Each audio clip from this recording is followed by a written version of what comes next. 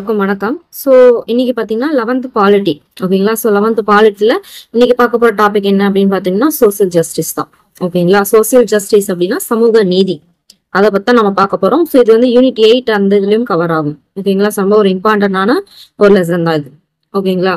சரி okay. So இது லெசனுக்குள்ள போகிறதுக்கு முன்னாடி இந்த வீடியோவை அட்லீஸ்ட் ஒரு 2-3 பேராச்சும் பார்ப்பீங்க இல்லையா. ஸோ அவங்களுக்காக என்ன ஒரு சின்ன அட்வைஸ் போட்டு வைக்கிறேன். ரொம்ப ஒரு முக்கியமான அட்வைஸுமே கூட. ஸோ அதாவது பார்த்தீங்கன்னா ஒரு ஷார்ட்ஸ் கூட நான் இன்னைக்கு போட்டுறேன் சம்பந்தமா ஓகேங்களா. ஸோ நம்ம வந்து ஒரு ஆஃபீஸர் ஆகணும் அப்படின்ற ஒரு ஆசையில தான் நம்ம வந்து படிக்கிறோம் இல்லைங்களா ஓகேங்களா. ஸோ அந்த ஆசை வந்து நம்ம என்ன நினைப்போம், நம்மளோட வசதி, நம்மளோட ஒரு கௌரவம், இது மாதிரி விஷயத்துக்காக பணம் சம்பாதிக்கணும் அப்படின்னு சொல்லிட்டு நம்ம போறோம். பட் நம்ம போற அந்த விஷயம் அதுக்காக மட்டுமே போயிடாதீங்க. பணம் சம்பாதிக்கணும் அப்படின்ற ஒரு நோக்கில் வந்து தயவு செஞ்சு போயிடாதீங்க ஓகேங்களா. ஸோ அது என்னைக்குமே வந்து நிலைக்காது ஓகேங்களா. நமக்கு வந்து எதுக்காக நம்ம படிச்சோம் அப்படின்றத மறக்க கூடாது அப்படின்னு சொல்லுவாங்க இல்லையா. ஸோ அது வந்து எந்த அளவுக்கு உண்மைன்றது இதுலதான் தெரியும் ஓகேங்களா. ஸோ நம்ம எதுக்காக இந்த இது படிக்கிறோம், மக்கள் சேவை பண்ணணும் அப்படின்றதுக்காக தான் நம்ம படிக்கிறோம் இல்லைங்களா. ஸோ அப்படின்னு படிக்கும் போது அந்த காசு அப்படின்ற ஒரு விஷயத்துக்காக உங்களோட எத்திக்ஸையோ, உங்களோட மொராலிட்டியோ, உங்களோட சோலவோ நீங்க வித்துறாதீங்கன்ற நான் உங்களோட மனசாட்சி வித்து நீங்க அதை வந்து இருக்காதீங்க ஓகேங்களா. இதை நீங்க என்னைக்குமே மனசுல எப்பவுமே அது பதிய வச்சு ஒரு பசுமரத்தாணி போல அப்படின்னாலே அந்த மாதிரி எப்பவுமே பதிஞ்சு இருக்கணும் ஓகேங்களா. இன்னைக்கு தப்பு செய்யற முக்கால்வாசி விஏஓஸ்ல இருந்து ரெவன்யூ ஆபீசர்ஸ் இருந்து எல்லாருமே பாத்தீங்கன்னா இங்க இருந்து படிச்சுட்டு போறவங்க தான் ஓகேங்களா. ஸோ அந்த மாதிரி எந்த ஒரு காலத்திலயும் மாறக்கூடாது அப்படின்றத மனசுல வச்சுக்கிட்டு என்ன பண்ணுவீங்கன்னா படிங்க. அப்படி நீங்க செஞ்சீங்க அப்படின்னீங்கன்னா இவ்வளவு நாள் நீங்க இவ்வளவு கஷ்டப்பட்டது, இவ்வளவு நாள் நீங்க படிச்சது எதுக்குமே ஒரு அர்த்தம் இல்லாம போயிடும். படிச்சு நீங்க போறவங்களுக்கும் காசு கொடுத்து வேலைக்கு போறவங்களுக்கும் என்ன வித்தியாசம் தெரிய போகுது, அதனால புரியுதுங்களா. ஸோ அதனால பாத்தீங்கன்னா சமூக நீதி அப்படின்றதும் அதுதான். இந்த சமூக நீதியை வந்து நீங்க வந்து வெறும் ஒரு பாடமா படிக்காம அதுல வந்து இருக்கிற உண்மையை எடுத்துக்கிட்டு அதுபடி நம்ம ஒரு வேலைக்கு போகும்போதும் அந்த டிபார்ட்மெண்ட்ல அந்த சமூக நீதி நாம எப்படி நிலைநாட்டுறோம், எத்தனையோ தடைகள் வரும், எத்தனையோ அச்சுறுத்தல் வரும், அதையும் மீறி நம்ம எப்படி நிலைநாட்டுறோம்ன்றதுதான் முக்கியம் ஓகேங்களா. ஸோ வந்து பாத்தீங்கன்னா இது நான் எதுக்காக சொன்னா, இன்னைக்கு ஒரு பதிவு பார்த்து ரொம்பவே வந்து என்னாச்சுன்னா ஒரு பாதிப்புக்குள்ளாயிடுச்சு ஓகேங்களா. அதாவது பாத்தீங்கன்னா பட்ஜெட்ல வந்து என்ன நிர்மலா சீதாராமன் தான், அவங்க தான் ஃபினான்ஸ் மினிஸ்டர் இல்லையா. ஸோ அவங்க வந்து என்ன அங்க இது பண்ணிட்டு இருக்காங்க அப்படின்னா ஹெல்த் இன்சூரன்ஸ், அதாவது பார்த்தோன்னா எத்தனையோ கண்ட்ரீஸ்ல ஃப்ரீயா வந்து சர்வீஸ் வந்து ஹெல்த் சர்வீஸ் வந்து ப்ரொவைட் பண்ணிட்டு இருக்காங்க. ஆனா நம்ம இந்தியாவில் என்ன பண்ணிட்டு இருக்காங்க, நம்ம ஃபினான்ஸ் மினிஸ்டர் என்ன சொல்றாங்க அப்படின்னு பாத்தீங்கன்னா, நம்ம ஹெல்த் இன்சூரன்ஸ் இருக்கு இல்லைங்களா, அந்த ஹெல்த் இன்சூரன்ஸ்க்கு ஜிஎஸ்டி போடுறாங்க. இது எவ்வளவு பெரிய கொடுமையான விஷயம் பாத்தீங்களா இல்லையா. இது மட்டும் இல்லாம இதுக்காக போராட்டம் அந்த பக்கம் ஒரு பக்கம் நடத்திட்டு இருக்காங்க. ஹெல்த் இன்சூரன்ஸ்க்கான ஜிஎஸ்டியை ரத்து செய்யுங்க அப்படின்னு சொல்லிட்டு இவங்க உட்காந்து என்ன திரும்ப டிஸ்கஸ் பண்ணிட்டு இருக்காங்க, பாப்கார்ன், அதாவது விதவிதமான பாப்கார்னுக்கு வெவ்வேறு மாதிரி ஜிஎஸ்டி போடணுமாவா. இப்ப சால்டட் பாப்கார்னா இல்ல சால்ட் மட்டும் தான் இருக்கும், அப்ப அதுக்கு பாத்தீங்கன்னா 2%. கேரமல் பாப்கார்னா அதுல சர்க்கரை போகும், அது வந்து கான்ஃபெக்ஷன் இதுல போயிடும். அப்ப அது வந்து பாத்தீங்கன்னா 18% ஜிஎஸ்டி போகணும் அப்படின்னு சொல்லிட்டு என்ன பண்ணிட்டு இருக்காங்கன்னா அங்க உட்காந்து பேசிட்டு இருக்காங்க. நீங்க யோசிச்சு பாருங்களேன், ஒரு நாட்டுல வந்து எவ்வளவு பிரச்சனை ஓடிட்டு இருக்க மத்தியில பாப்கார்னுக்கு எவ்வளவு ஜிஎஸ்டி போடலாம் அப்படின்னு சொல்லிட்டு ஒரு பினான்ஸ் மினிஸ்டர் வந்து உட்காந்து அதை ஒரு விஷயமா பேசிட்டு இருக்காங்கன்னும் போது அது எந்த அளவுக்கு ஒரு இது இருக்குன்னு பாருங்க. சரி ஓகே, வேற எது பாக்கலாமான்னு பார்த்தா ஒருத்தர் வந்து ரெவன்யூ ஆபீஸ்ல நின்றுகிட்டு அந்த பட்டா வந்து ஒழுங்கா கொடுக்கல, அதுக்கு காசு கேட்டாங்க அப்படின்னு சொல்லிட்டு அங்க ஒருத்தர் வந்து ஒரு நம்மள மாதிரி ஒரு மிடில் கிளாஸ் தான், ஒரு ஏழை மக்கள் தான், அவங்களுமே புவர்னு கூட சொல்ல முடியாது, மிடில் கிளாஸ்னு கூட சொல்லலாம் ஓகேங்களா. அது வாங்கறதுக்கு 10 வருஷமா அலைஞ்சிட்டு இருக்கேன்னு சொல்லிட்டு அங்க அப்படியே அவர் வயசானவர் தான், அவரு பேசுறதெல்லாம் அவ்வளவு ஒரு இதா இருக்கு. அதெல்லாம் யார் தெரியுமா, நாம தான் ஓகேங்களா. ஸோ எனக்கு வந்து ஆதங்கம் தாங்க முடியல, அதனாலதான் வந்து நான் சொல்றேன். ஸோ இந்த வீடியோ பாக்குற ஒரு 4 பேராச்சும் இதை பார்த்து அதை ஃபாலோ பண்ணீங்க அப்படின்னா அது வந்து எனக்கு நிஜமாவே சந்தோஷமா இருக்கும். அதுக்காக தான் நான் இதை சொல்றேன் ஓகேங்களா. உங்களோட மனுஷன் அப்படின்றதுக்கு ஒரு இது இருக்கு ஓகேங்களா. கலியுகத்துல மக்களோட அவங்களோட டிக்னிட்டி இழந்துட்டு தான் வந்து காசு சம்பாதிப்பாங்க அப்படின்னு சொல்லிட்டு கிருஷ்ணன் வந்து சொல்லியிருக்காரு. அந்த மாதிரி ஒரு நிலைமைக்கு தயவு செஞ்சு போயிடாதீங்க. அந்த நம்ம ஜென்ரேஷன்ல இருந்து அது மாறட்டுமே, புரியுதுங்களா. எந்த ஒரு அதாவது கலாச்சாரம் அந்த கம்யூனிட்டி, அதுக்கப்புறம் அந்த கேஸ்ட் பேஸ் பண்ணி எந்த ஒரு காலத்திலுமே பிரிஞ்சு போயிடாதீங்க. யாரையுமே கீழே பார்க்காதீங்க ஓகேங்களா. ஸோ இது எல்லாமே சமூக நீதியில வரும் ஓகேங்களா. ஸோ எனக்கு வந்து ஒரு ஆதங்கம் தாங்கல அந்த நியூஸ் எல்லாம் பார்த்ததுக்கு அப்புறம். ஸோ வந்து ஒரு டிஎன்பிசில ஒரு ஆஃபீஸரா போறோம், ஒரு மக்கள் பணிக்காக மக்கள் சேவைக்காக போற இடத்துல நம்ம ஆபீசர் இல்ல, நம்ம ஆபீசர் கிடையாதுப்பா, நம்ம சிவில் சர்வெண்ட், மக்களுக்காக சர்வீஸ் செய்யற போற ஒரு வேலைக்காரங்க. அது என்னைக்குமே மறந்துடாதீங்க. ஆபீசர்ன்ற தலகணம் வேணாம், ஆபீசர்ன்றதே வேணாம், நீங்க ஒரு பப்ளிக் சர்வெண்ட் அப்படின்றத ஞாபகம் வச்சுக்கோங்க. ஓகேங்களா? உங்களால எவ்வளவு நல்லது செய்ய முடியுமோ அவ்வளவு நல்லது செய்யுங்க, திரும்ப அது உங்களுக்கு வரும். சரிங்களா? சரி, ஓகே, நம்ம லெசனுக்குள்ள போவோம். ஸோ சோசியல் ஜஸ்டிஸ்,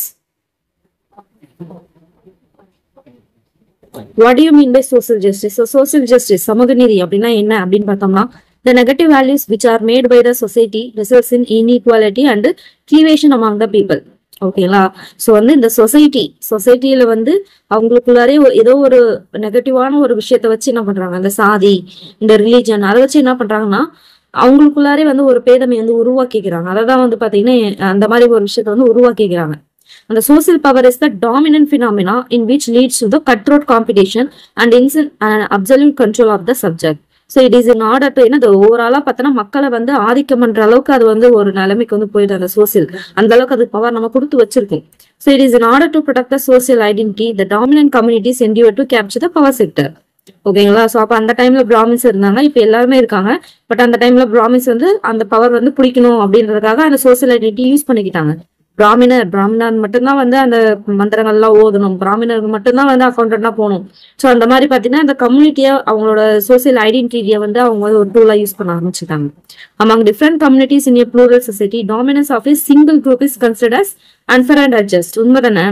ஓகேங்களா? ஸோ ஒரு டிஃப்ரெண்ட் கம்யூனிட்டிஸ் வாழ்ற, ஒரு டிஃப்ரெண்ட் சமுதாயம் வாழ்ற, சமூகம் வாழ்ற ஒரு இடத்துல ஒரு கம்யூனிட்டி மட்டும் போய் ஒரு இடம் பிடிக்குது அப்படின்னு ஒரு பெரிய இடத்த வந்து டாமினேட் பண்ணுது அப்படின்னும் போது அது அன்ஃபேர் அண்ட் அன்ஜஸ்ட் தான். கரெக்டுங்களா? சோ அந்த இதுல பாத்தீங்கன்னா இந்த டாமினன்ட் குரூப்ஸ்ல எது மூலியமா வருது அப்படின்னு பாத்தீங்கன்னா ரேஸ் மூலியமா, ரிலிஜன் மூலியமா, கேஸ்ட் மூலியமா, லிங்குவல் நம்ம பேசுற மொழி மூலியமா, கல்ச்சரல் ஃபீலிங் மூலியமா. ஓகேங்களா? So at intent to misuse the social rights of other groups that may end up in permanent hostility between different groups. இதனால என்ன ஆகுது, ஒரு பெர்மனன்டான ஒரு ஹாஸ்டிலிட்டி, ரெண்டு பேருக்குள்ளார ஒரு பெர்மனன்டான ஒரு எதிரி மாதிரி என்ன ஆகுது, அந்த மாதிரி ஒரு பிரிவினை வந்து ஏற்பட்டது மக்களுக்கிடையே. ஓகேங்களா? அந்த struggle that is undertaken by the weaker groups in order to react for establishing equal society is known as social justice.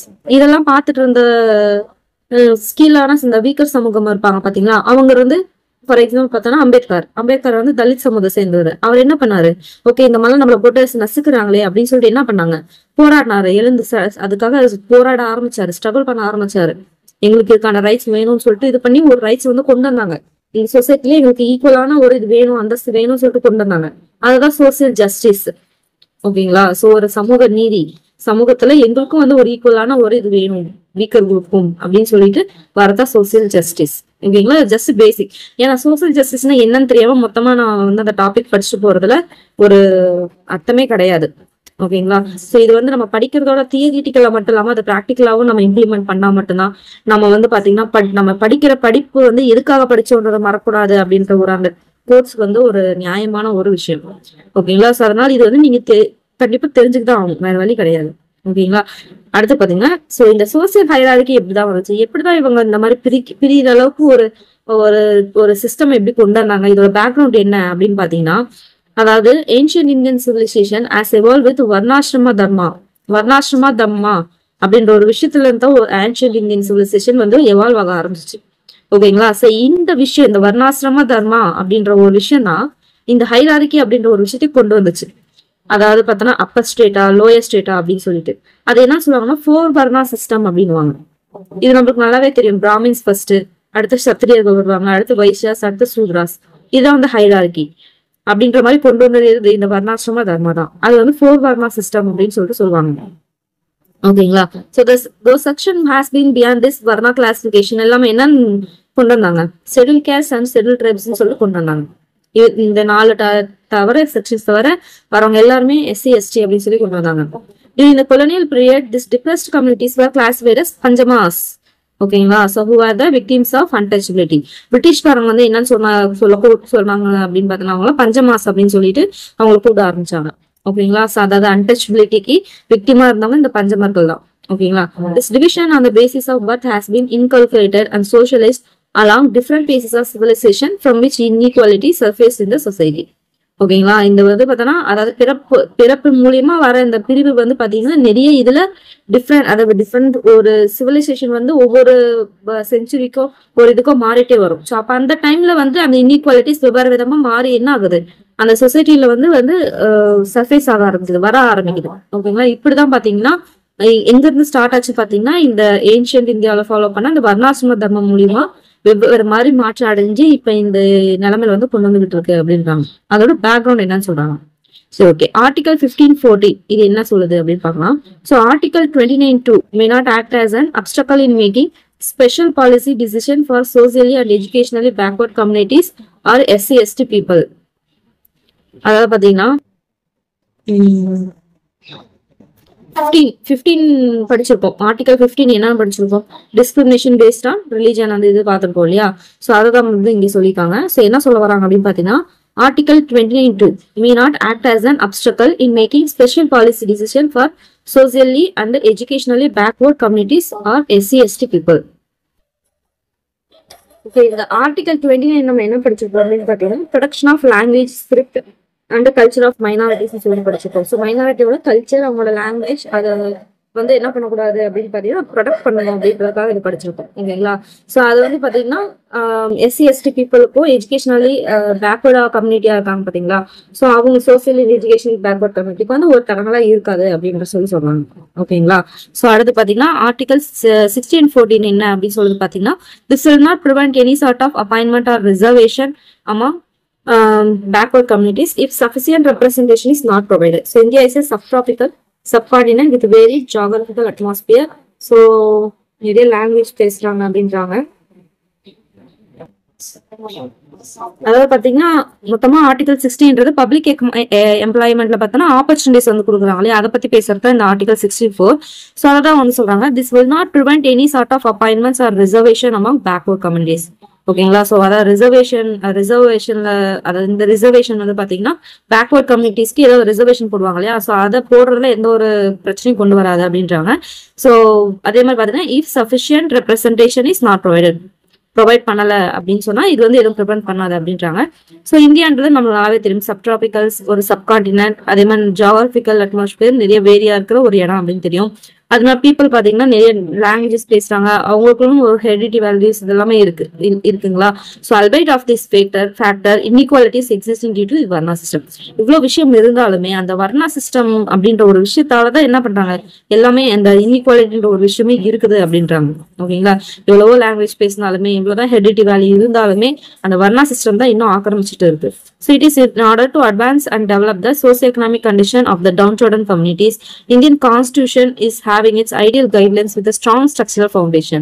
அப்படின்னு சொல்றாங்க. ஸோ அந்த அவங்களுக்கான சோசியல் அதை அட்வான்ஸ் பண்ணணும் இல்லையா, சோசியல் எக்கனாமிக் கண்டிஷன் தான் அவங்களுக்கு வந்து அந்த மைனாரிட்டிஸ் வந்து என்ன பண்ணும் அட்வான்ஸ் பண்ண முடியும். அதுக்காக சர்டன் கைட்லைன்ஸ் வந்து ஒரு ஸ்ட்ராங் ஸ்ட்ரக்சரல் ஃபவுண்டேஷனோட இருக்கு, அதுக்கான கைட்லைன்ஸ் எல்லாம் இருக்கு கான்ஸ்டிடியூஷன்ல அப்படின்றாங்க.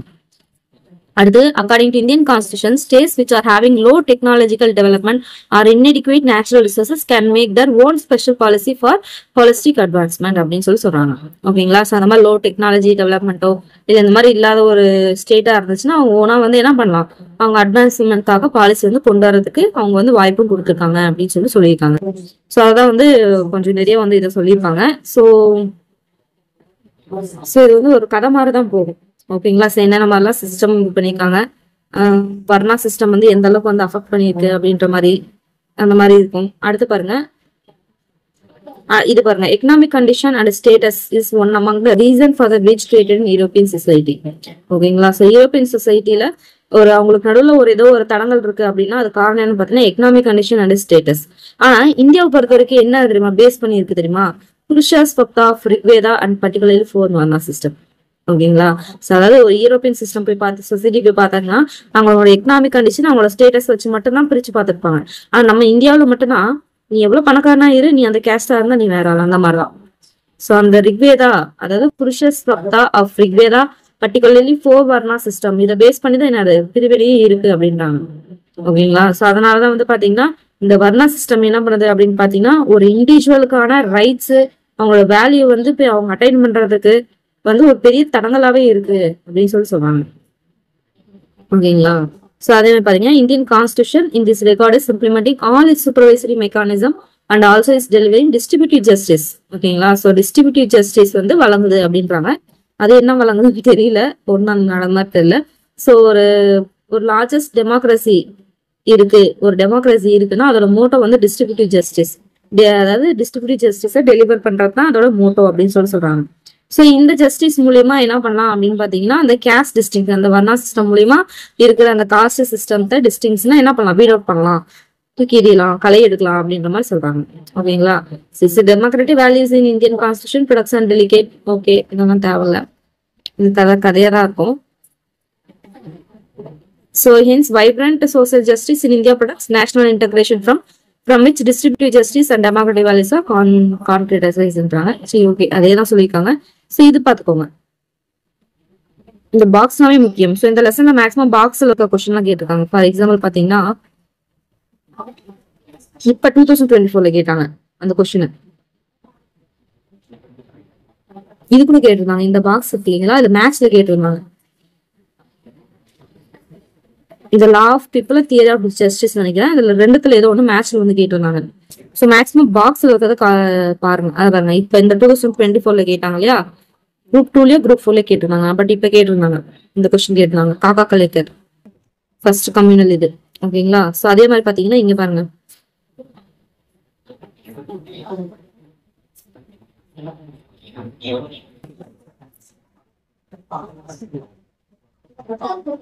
இந்த மண்டல் கமிஷன் பத்தி நிறைய கொடுத்துருப்பாங்க. இதெல்லாம் ரொம்ப ஒரு முக்கியமான பாக்ஸ் இதுவுமே. அதாவது செகண்ட் பேக்வர்ட் கமிஷன். அதே மாதிரி இது கேட்டிருந்தாங்க ஒரு டைம். இது ஒரு ப்ரீவியஸ் கொஸ்டின். அதாவது இந்திரா ஷாவனி அப்படின்றது எந்த கேஸ் பேஸ் பண்ணி வர்றது அப்படின்ற மாதிரி கேட்டிருந்தாங்க. ஓகேங்களா. ஸோ இந்த மாதிரி மேக்ஸிமம் பாக்ஸ்ல இருக்கிறதா கான்சன்ட்ரேட் பண்ணிருக்காங்க. ஸோ அதே மாதிரி பாத்தீங்கன்னா அந்த பேக்வர்ட் கமிஷன் நம்ம படிச்சிருக்கோம் இல்லைங்களா, காக்கா கலேக்கர். அதுக்கப்புறம் பாத்தீங்கன்னா செகண்ட் மண்டல் கமிஷன் போட்டிருப்பாங்க. ஸோ அந்த மாதிரி கொடுத்துருப்பாங்க இல்லையா. ஸோ அது வந்து இதோட கேட்டிருந்தாங்க, டேட் அந்த மாதிரி இயரோட கேட்டிருந்தாங்க. ஸோ அந்த மாதிரி பாக்ஸ்ல இருக்கிறது கொஞ்சம் மெயினான ஒரு இது. ஓகேங்களா. இப்போ நம்ம வந்து ஒரு பொதுவாக படிச்சுட்டு வந்துட்டு இருக்கோம். ஸோ சோசியல் ஜஸ்டிஸ்னா என்ன அப்படின்னு சொல்லிட்டு, அதுக்கப்புறம் பின்னாடி பார்த்தீங்கன்னா இந்தியாவில் வந்து என்னென்னலாம் கமிஷன் போட்டாங்கன்றது பார்ப்போம். ஸோ அதுதான் வந்து முக்கியமான இன்ஃபர்மேஷன் நிறைய வரும். ஓகேங்களா. சரி, ஓகே, பார்க்கலாம். இதெல்லாம் கொஞ்சம் ஒரு கதையாக தான் இருக்கும். ஓகேங்களா. பட் வந்து ரொம்பவே நம்ம தெரிஞ்சுக்க வேண்டிய ஒரு விஷயம். ஓகேங்களா. ஸோ ஒரு டைம் படிச்சு பார்க்கறது நல்லது. ஓகேங்க தான். Equality is essential for social justice. So பேர்ல இருக்கு இல்லையா. ஸோ சோசியல் ஜஸ்டிஸ் வந்து நிலைநிறுத்தணும் அப்படின்னா அதுக்கு ஒரு ஈக்குவாலிட்டி இருந்தால் தான் அங்கே சோசியல் ஜஸ்டிஸ் இருக்கும். உண்மைதானுங்களா. அங்கே அதாவது ஒரு சமமான ஒரு இது இல்லை, ட்ரீட்மெண்ட் இல்லைன்னா அங்கே சமூக நீதி அப்படின்னு இருக்கும். அதான் இங்க வந்து சொல்லியிருக்காங்க. ஓகேங்களா. சரி, ஓகே, இது அது மட்டும் என்னன்னு தெரிஞ்சுட்டா போதும். அடுத்து பாத்தீங்கன்னா நீட் ஆஃப் ஸ்பெஷல் ப்ரிவிலேஜ். ஓகேங்களா. அது வந்து இதுலயும் அதே மாதிரி தான் சொல்லியிருப்பாங்க. திரும்ப இப்ப ஒரு லாஜிக்கலா நீங்க திங்க் பண்ற மாதிரிதான் இருக்கும். ஸ்பெஷல் ப்ரிவிலேஜ்னா என்ன, அதாவது ஒரு கம்யூனிட்டிக்காவோ இல்ல ஒரு ரிலீஜனுக்கோ என்னது ஒரு ஸ்பெஷல் ப்ரிவிலேஜ் அவங்களுக்கு தான் வந்து முக்கியத்துவம் கொடுக்குறாங்க இல்லையா. ஸோ அந்த இதை பத்தி அது கொடுக்கறதுனால வந்து ஒரு இன்ஜஸ்டிஸ் தான் இல்லையா, அதை வந்து சொல்றாங்க. அதை கேஸ்ட் பேஸ் பண்ணியோ, ஜெண்டர் பேஸ் பண்ணியோ, ரிலிஜன் பேஸ் பண்ணியோ, மற்ற டிஃபரன்ஸ் பேஸ் பண்ணியோ, அது அவங்களோட டேலண்ட் அவங்களுக்கு பதிலாக கண்டுக்காம ஜஸ்ட் வந்து அந்த இதுக்கு வந்து ஒரு இம்பார்ட்டன்ஸ் கொடுத்து, ப்ரிஃபரன்ஸ் கொடுத்து, கேஸ்டுக்கோ ஜெண்டருக்கோ ரிலீஜனுக்கோ ஒரு ப்ரிஃபரன்ஸ் கொடுத்து அந்த ஆப்பர்ச்சுனிட்டி வந்து கொடுக்கும்போது என்ன ஆகும். ஓகேங்களா. ஸோ அது வந்து தப்பான ஒரு விஷயம் இல்லையா. ஸோ அதான் அவங்களோட டேலண்ட்டுக்கோ கெப்பாசிட்டிக்கோ, ஒரு இண்டிவிஜுவலான ஒருத்தவங்களுக்கு டேலண்டோ கெப்பாசிட்டியோ பார்க்காம அந்த கேஸ்ட் ஜெண்டர் ரிலீஜனை பேஸ் பண்ணி அவங்க பண்றது ஒரு இன்ஜஸ்டிஸ் அப்படின்றாங்க.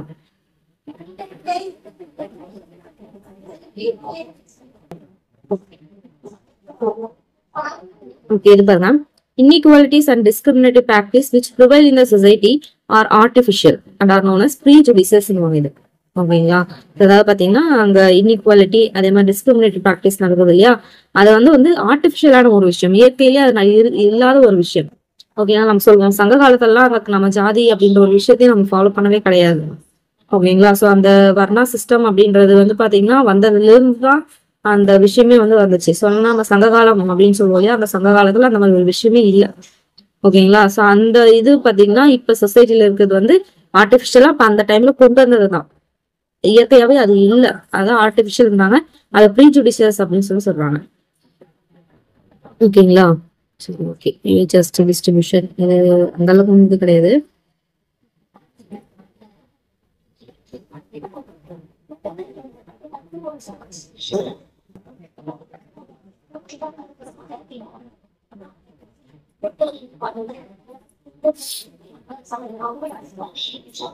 இதெல்லாம் வந்து ஒரு கதை மாதிரிதான் இருக்கும் அப்படிங்களா. அதை பத்தின ஒரு எக்ஸ்பிளனேஷன் கொடுத்து கவர்மெண்ட் என்ன பண்ணாங்க, எந்த மாதிரி ஆப்பர்ச்சுனிட்டிஸ் எல்லாம் கொடுத்துருக்காங்க, எஜுகேஷனுக்கு, ஜாப்க்கு, அந்த மாதிரி டிஸ்கிரிமினேஷன் பேஸ் பண்ணி அன்டச்சபிலிட்டிக்கோ இல்ல ரிசர்வேஷன் கொடுத்துருக்காங்க, மெரிட் பேஸ்லயும் கொடுத்துருக்காங்க, அந்த மாதிரிலாம் வந்து சொல்லியிருப்பாங்க ஓகேங்களா. ஸோ அது நம்மளுக்கு நார்மலான தெரிஞ்ச விஷயம் தான். ஸோ அடுத்து எங்கே பாருங்க, distributive justice and retributive justice அப்படின்னு சொல்லி கொடுத்துருக்காங்க. ஸோ இது பார்த்தீங்கன்னா the substantial point of debate while studying the concept of justice would be how the resources would be distributed to all section of society. ஓகேங்களா, எல்லா செக்ஷன் ஆஃப் சொசைட்டிக்குமே ரிசோர்சஸ் எப்படி போய் சேருது அப்படின்றது தான் வந்து கான்செப்ட் ஆஃப் ஜஸ்டிஸ் அப்படின்னு சொல்றாங்க. ஸோ இது அண்டர்ஸ்டாண்ட் பண்ணிக்கணும் அப்படின்னா அந்த அந்த ஜஸ்டிஸ்ல என்ன இஷ்யூ இருக்கு அப்படின்ற ஒரு பெர்ஸ்பெக்டிவ், ஒரு முக்கியமான பெர்ஸ்பெக்டிவ் நம்ம தெரிஞ்சுக்கணும். தெரியும் போது தான் அங்க வந்து என்ன தப்பு நடக்குது அப்படின்னு சொல்லிட்டு தெரியும். So equality of resources, common ownership theories and entitlements are often referred while discussing justice அப்படின்றாங்க.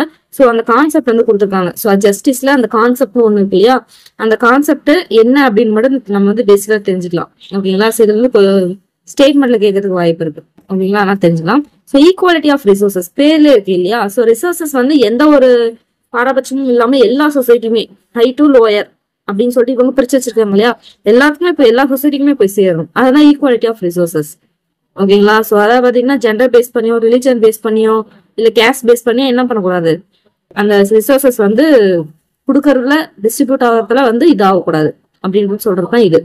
அது வந்து இங்க நம்ம என்ன எடுத்துக்கலாம்னா, அந்த கூலி கொடுக்குறாங்க, சம்பளம் போடுறாங்க இல்லையா, அதெல்லாம் இப்போ இப்பெல்லாம் பாத்தீங்கன்னா ஈக்குவல், அதாவது equal pay for equal work அப்படின்ற மாதிரி ஓகேங்களா. அதுதான் அந்த ரிசோர்சஸ் அப்படின்னா அதுவும் சேர்ந்ததுதான். அடுத்து பாத்தீங்கன்னா common ownership theory. So this theories argue that a fair distribution means each person in the initial stages must have the same amount of land or other valuable resources. It clearly means there are no major differences in terms of an individual preference and ability. ஓகேங்களா, all individuals are endowed with equal amount of ability. ஓகேங்களா, எல்லா இண்டிவிஜுவல்ஸ்மே என்னது equal amount of அபிலிட்டியோட இருக்கணும், அவங்களுக்கு வந்து கொடுக்கணும் அப்படின்றது common ownership theory ஓகேங்களா. ஸோ வந்து நீ வந்து பணக்காரன் ஏழை, நீ அந்த ஜாதி இந்த ஜாதி, நீ ஆம்பளை பொம்பளை அப்படின்னு இல்லாம எல்லாருக்குமே ஓகேங்களா சேம் அமௌண்ட் ஆஃப் லேண்ட்னா சேம் அமௌண்ட் ஆஃப் லேண்டா இருக்கணும், same amount of valuable resource வந்து கொடுக்குறது. அதான் காமன் ஓனர்ஷிப் தியரி அப்படின்றாங்க. இதெல்லாம் காமனா இருக்கணும் அப்படின்றது.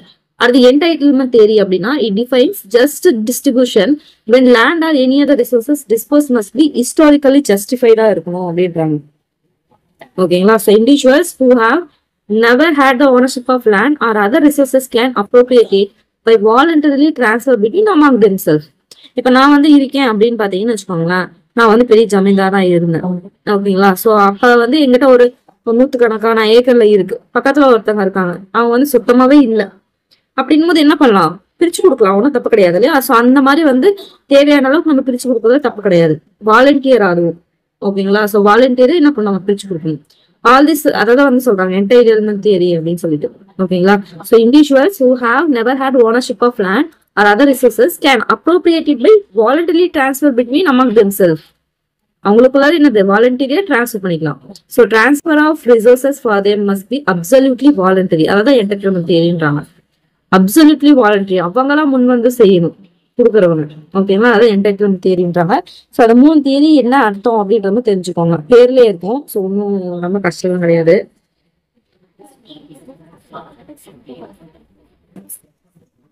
ஓகே, retributive justice அப்படின்னா என்ன அப்படின்னு பாத்தீங்கன்னா the concept of retributive justice can be understand the framework of this form of justice by following certain principles ஓகேங்களா.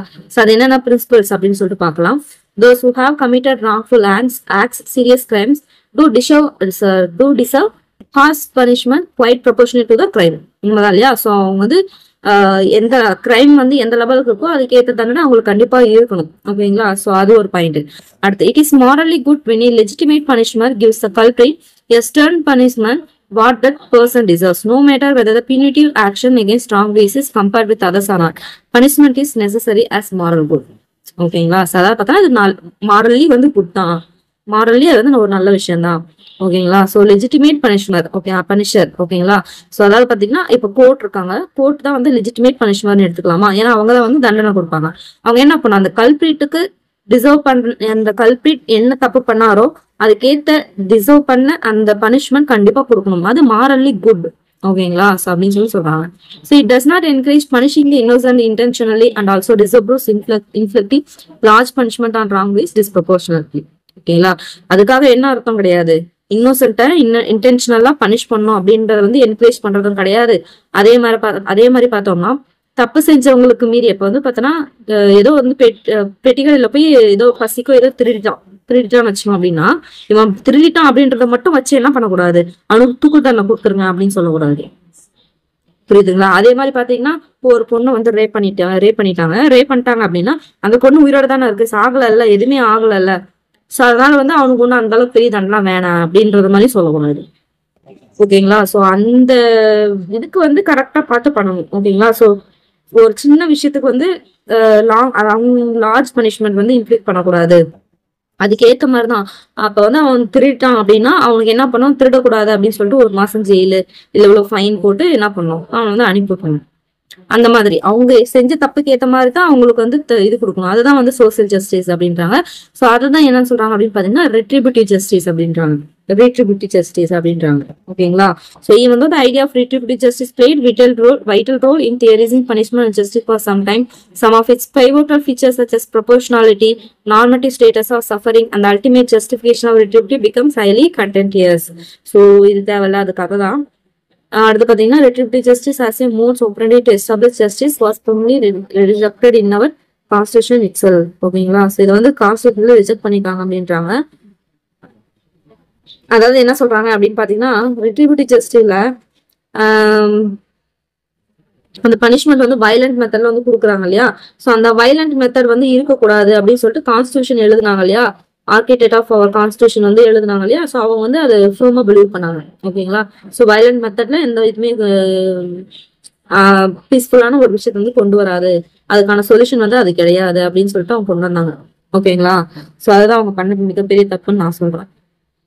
அப்படி வயலண்டா இருந்துச்சுன்னா இவ்வளவு பிரச்சனை, இவ்வளவு இது தைரியமா பண்ணுவாங்களா? அப்பெல்லாம் வந்து ஜெயிலுக்கு போயிட்டு வரது அசிங்கமா நினைப்பாங்க. இப்பெல்லாம் டூரிஸ்ட் மாதிரி போயிட்டு ஜாலியா வந்துடுறாங்க, மறுபடியும் அதே தப்பு செய்யறாங்க. என்னவோ இதே அந்த வயலண்ட் மெத்தட், கையை வெட்டுறது, காலை வெட்டுறது, கொல்றது, இந்த மாதிரிலாம் இருந்தா யாரும் தப்பு செய்வாங்களா? அப்படிதான் ஆயிடுச்சு. அடுத்து பாருங்க, John Rawls theory of justice, ஓகேங்களா. சோ கொஸ்டின் இதுல எப்படி கேட்கலாம் அப்படின்னு பாத்தீங்கன்னா, who is considered as one of the finest political philosopher of 20th century, ஓகேங்களா. ஒவ்வொரு செஞ்சுரிக்கும் ஒருத்தவங்க வந்து ஒரு பிஸ்தாவா இருப்பாங்க. அந்த மாதிரி 20th செஞ்சுரியில ஒரு நல்ல பொலிட்டிக்கல் பிலாசபர் அப்படின்னா இந்த ஜான் ரால்ஸ், ஓகேங்களா. சோ இவர் தான் பாத்தீங்கன்னா தியரி ஆஃப் ஜஸ்டிஸ், அதாவது பாத்தீங்கன்னா based on பேரடிகம் call justice as fairness அப்படின்றத பேஸ் பண்ணி தியரி ஆஃப் ஜஸ்டிஸ் அப்படின்றத வந்து டெவலப் பண்ணாரு. இது எப்படி கொஸ்டின் கேட்கலாம் அப்படின்னு பாத்தீங்கன்னா, ஜான் ரால்ஸ் இது யாரு, இதை கீவேர்ட் மாதிரி எடுத்துக்கோங்க. இது ஒரு கீவேர்ட், அதாவது ஜான் ரால்ஸ். அடுத்து பாத்தீங்கன்னா தியரி ஆஃப் ஜஸ்டிஸ் ஒரு கீவேர்ட். அதுல அடுத்து பாத்தீங்கன்னா ஜஸ்டிஸ் ஆஸ் ஃபேர்னஸ்ன்றது ஒரு கீவேர்ட், ஓகேங்களா. கீவேர்டை வச்சுக்கோங்க, ஏன்னா கொஸ்டின் வந்து இது வந்து எப்படி கேட்கறதுக்கு வாய்ப்பு இருக்கு, ஓகேங்களா. அதாவது ஜஸ்டிஸ் ஆஃப் ஃபேர்னஸ் எழுதியிருப்பாங்க. ஸோ அதை பேஸ் பண்ணி தான் தியரி ஆஃப் ஜஸ்டிஸ்ன்றதை அவர் எழுதியிருப்பாரு. அதான் இங்க சொல்லி வந்திருக்காங்க. இந்த இது வந்து பாத்தீங்கன்னா ரொம்ப முக்கியம். அவர் எழுதினதான் ஜான் ரால்ஸ் எழுதினதான் இது எல்லாமே. அடுத்து பாருங்க வேற என்ன, for him all social values including liberty, opportunity, income, wealth, self respect are to be distributed equally, ஓகேங்களா. In other words injustice is simply inequalities that not to the benefit of all, சிம்பிளா சொல்றாரு. So அந்த quotes வந்து பாத்துக்கோங்க, இந்த quotes quotation mark கொடுத்துருக்காங்க இல்லையா, அந்த கோட்ஸ் வந்து யார் சொல்றது அப்படின்னு சொல்லி கேட்பாங்க. அந்த கோட்ஸ் மட்டும் பாத்துக்கோங்க. சிம்பிளி இன்இக்வாலிட்டி, அதே மாதிரி ஆல் சோஷியல் இன்க்ளூட், ஓகேங்களா. இது யார் சொன்னது, ஜான் ரால், ஓகேங்களா. அடுத்து பாருங்க, important works of John Rawls அப்படின்னு சொல்லிட்டு இந்த பாக்ஸ் கொடுத்தா அந்த பாக்ஸ் அப்படியே எழுதி வச்சு படிச்சுக்கோங்க, ஓகேங்களா. இதெல்லாம் கதை தான்.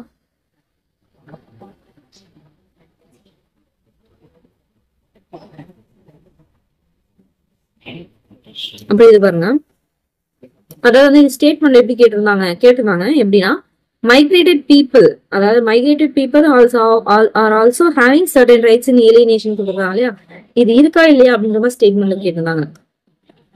ஓகேங்களா. So migrated people doesn't have certain rights இந்த ஏலியனேஷன் அப்படின்னு பார்த்தீங்கன்னா, பட் அது தப்பு. அவங்களுக்கு ரைட்ஸ் இருக்கு. ஏலியனேஷன்ல அவங்களுக்கும் ஒரு சர்டன் ரைட்ஸ் வந்து இருக்கு மைக்ரேட்டட் பீப்புளுக்குமே. ஓகேங்களா. Refugees, migrated and exile are also exercising vital rights. இது சொன்னது யார் அப்படின்னு பாத்தீங்கன்னா, இதை ரெகக்னைஸ் பண்ணது யாருன்னு பாத்தீங்கன்னா யூஎன் தான். யூஎன் தான் மேக்ஸிமம் அந்த ஹியூமன் ரைட்ஸ் வந்து காப்பாத்துறதே அவங்க தான் இல்லையா. ஸோ வேர்ல்ட் லெவல்ல ஸோ அவங்க தான் வந்து பாத்தீங்கன்னா இதை ரெகக்னைஸ் பண்றாங்க. யார் யாருக்கு? மைக்ரேட்டட் பீப்புள், ரெஃப்யூஜிஸ், எக்ஸைல், உங்களுக்கு எல்லாருக்குமே ஒரு சர்டன் லெவல் ஆஃப் ரைட்ஸ் வந்து இருக்கதான் செய்யுது ஏலியனேஷன்ல. ஓகேங்களா. ஸோ வந்து நீங்க நினைப்பீங்க, ஸோ மைக்ரேட்டட் பீப்புள் தானே அவங்களுக்கு எல்லாம் என்ன ரைட்ஸ் இருக்கும்போது நினைப்பீங்க, அவங்களுக்கு சர்டன் ரைட்ஸ் வந்து இருக்கு. ஓகேங்களா. இது வந்து கேட்டிருந்தாங்க ஸ்டேட்மெண்ட்ல ஒரு டைம். ஸோ பாத்துக்கோங்க. அடுத்து என்ன? Social cultural equality.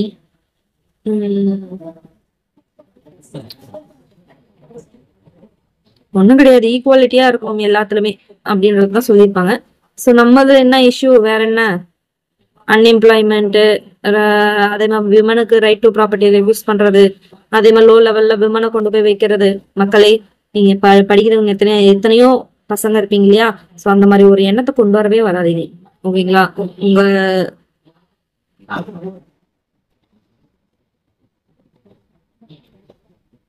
உங்களுக்கு ஈக்குவல் தான் உங்களோட ஒய்ஃபோ, உங்களோட ஃபீமேல் பார்ட்னர், அவங்க ஒரு அம்மாவா இருக்கலாம், அவங்க ஒரு தங்கச்சியா இருக்கலாம். ஸோ உங்களுக்கு என்ன ரைட்ஸ் இருக்கோ அதே ரைட்ஸ் அவங்களுக்கும் கொடுக்கணும்னு நினைங்க. ஓகேங்களா. எந்த ஒரு காலத்துலயுமே மனுஷனா ஃபர்ஸ்ட் இருங்க, அதுக்கப்புறமேட்டுக்கு மற்றதுக்கு போகலாம். ஓகேங்களா. மனிதத்தன்மை அப்படின்றது என்னன்னு புரிஞ்சுக்கணும்னு நினைக்கிறேன் உங்களுக்கு.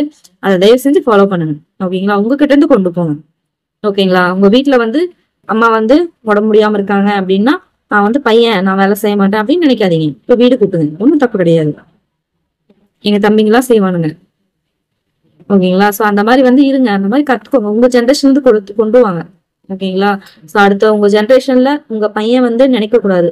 அதாவது பாத்தீங்கன்னா ஒரு பையன் வந்து போய் சாமான கழுவுறது, வீடு கொட்டுறதெல்லாம் வந்து பெரிய விஷயம் அப்படின்ற ஒரு நினைப்பே இருக்கக்கூடாது.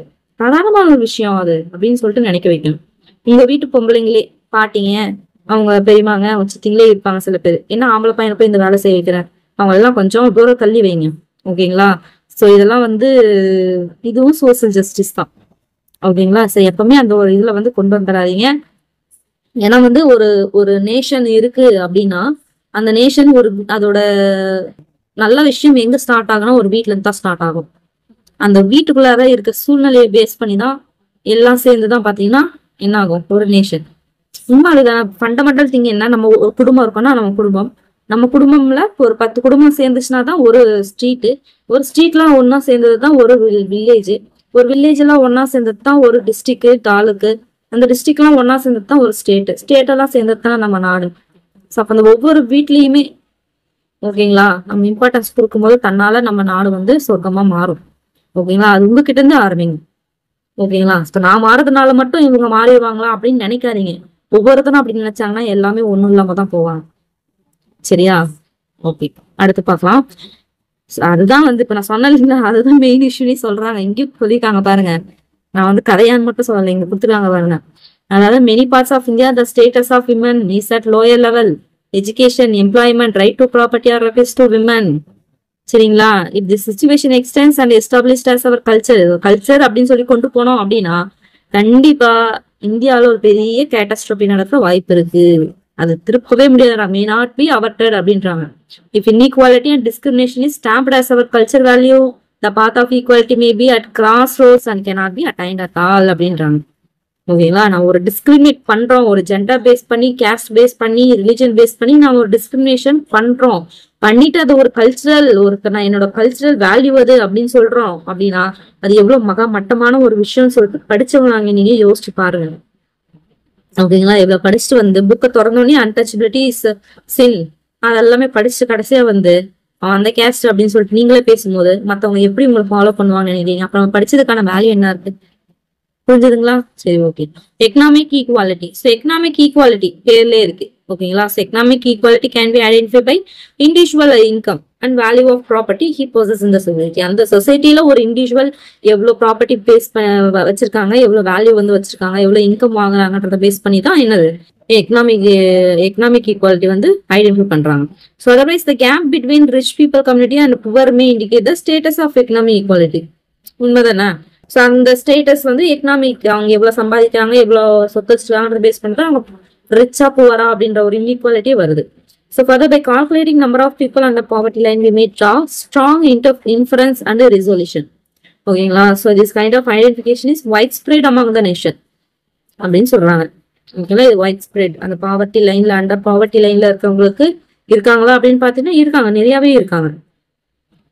ஓகேங்களா? ஸோ அதே மாதிரி இந்த மாதிரி ஆளுங்களுக்கு தான், அந்த மாதிரி போரா இருக்கவங்களுக்கு தான் பெரிய அநீதி நடந்துட்டு இருக்கு அப்படின்றது நமக்கு நல்லாவே தெரியும். ஸோ இங்க பாருங்க, இது ரொம்ப ஒரு முக்கியமான ஒரு கோட்ஸ் பெரியார் சொன்னது. ஓகேங்களா? தமிழ்லயும் வரும்.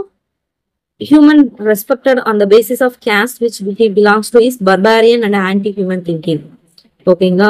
அதாவது பாத்தீங்கன்னா ஒரு மனிதன் ஜாதியை வந்து அடிப்படையா வச்சு மதிக்கப்படுறது வந்து பாத்தீங்கன்னா ரொம்ப ஒரு மோசமான ஒரு விஷயம். ஓகேங்களா? ஒரு மனித தன்மையற்ற ஒரு விஷயம், மனித தன்மையற்ற ஒரு சிந்தனை அப்படின்றாரு. ஓகேங்களா? மக்களே அதுவும் உண்மை, அதுதான் உண்மையும். ஓகேங்களா? எவ்வளவு நம்ம மறுத்தாலுமே அதுதான் உண்மை. ஓகேங்களா? சரி, ஓகே. இது பாருங்க, Periyar also was a patriarchal chauvinism. ஓகேங்களா? ஸோ வந்து விமனுக்காக போராடினது நம்மளுக்கு நல்லாவே தெரியும் இல்லையா? சரி, ஓகே. அதே மாதிரி பாருங்க, the society is best which got rid of caste, religion, gender and suppressive habitual practices. இதெல்லாம் கிக் போட்டாதான் என்ன பண்ணும், சொசைட்டியோட நல்ல நிலைமைக்கு வரும். உண்மைதான். இப்ப யாருமே, அதாவது பாத்தீங்கன்னா எத்தனை ஜாதி கொலைகள், அதுக்கப்புறம் பாத்தீங்கன்னா ஜாதி விட்டு ஜாதி இன்டர் கேஸ்ட் மேரேஜ் பண்ணிருக்காங்கன்றாங்க, பொண்ணுருக்காங்க. இந்த மாதிரி எவ்வளவு விஷயம் எதால நடக்குதுன்னு பாத்தீங்களா இல்லையா? இப்ப பெரியார் வந்து கடவுள் மேல் நம்பிக்கை இல்லை அப்படின்னு சொன்னது காரணமே அதுதான். உங்க கடவுள் தான் வந்து அந்த கேஸ்ட் அப்படின்ற ஒரு விஷயத்தையும் ஒரு ரிலிஜன்ன்ற ஒரு விஷயத்தையும் கொண்டு வந்து மக்களை பிரிக்கிறது தான். எனக்கு அந்த மாதிரி கடவுள் வேணாம் அப்படின்னு தான் சொன்னாரே தவிர கடவுள் வந்து எதிர்க்கிறாரு அப்படின்ற மாதிரி அவர் சொல்லல. இதனால வருது அப்படின்னா எனக்கு அப்படிப்பட்ட கடவுள் வேணான்னாரு. ஓகேங்களா? ஸோ அவங்க என்ன சொல்ல வராங்கன்றத புரிஞ்சுக்கோங்க. ஓகேங்களா? ஸோ அததான் வந்து புரிஞ்சுக்கோங்க. ஓகேங்களா? ஸோ உங்களோட இடத்துல இருந்து அப்படியே கொண்டு போங்க. ஓகேங்களா? புதுசா யாரும் முளைச்சு வந்து திடீர்னு மாற மாட்டாங்க, நம்மளுக்கு தான் கொண்டு போகும். ஓகேங்களா? சரி, ஓகே.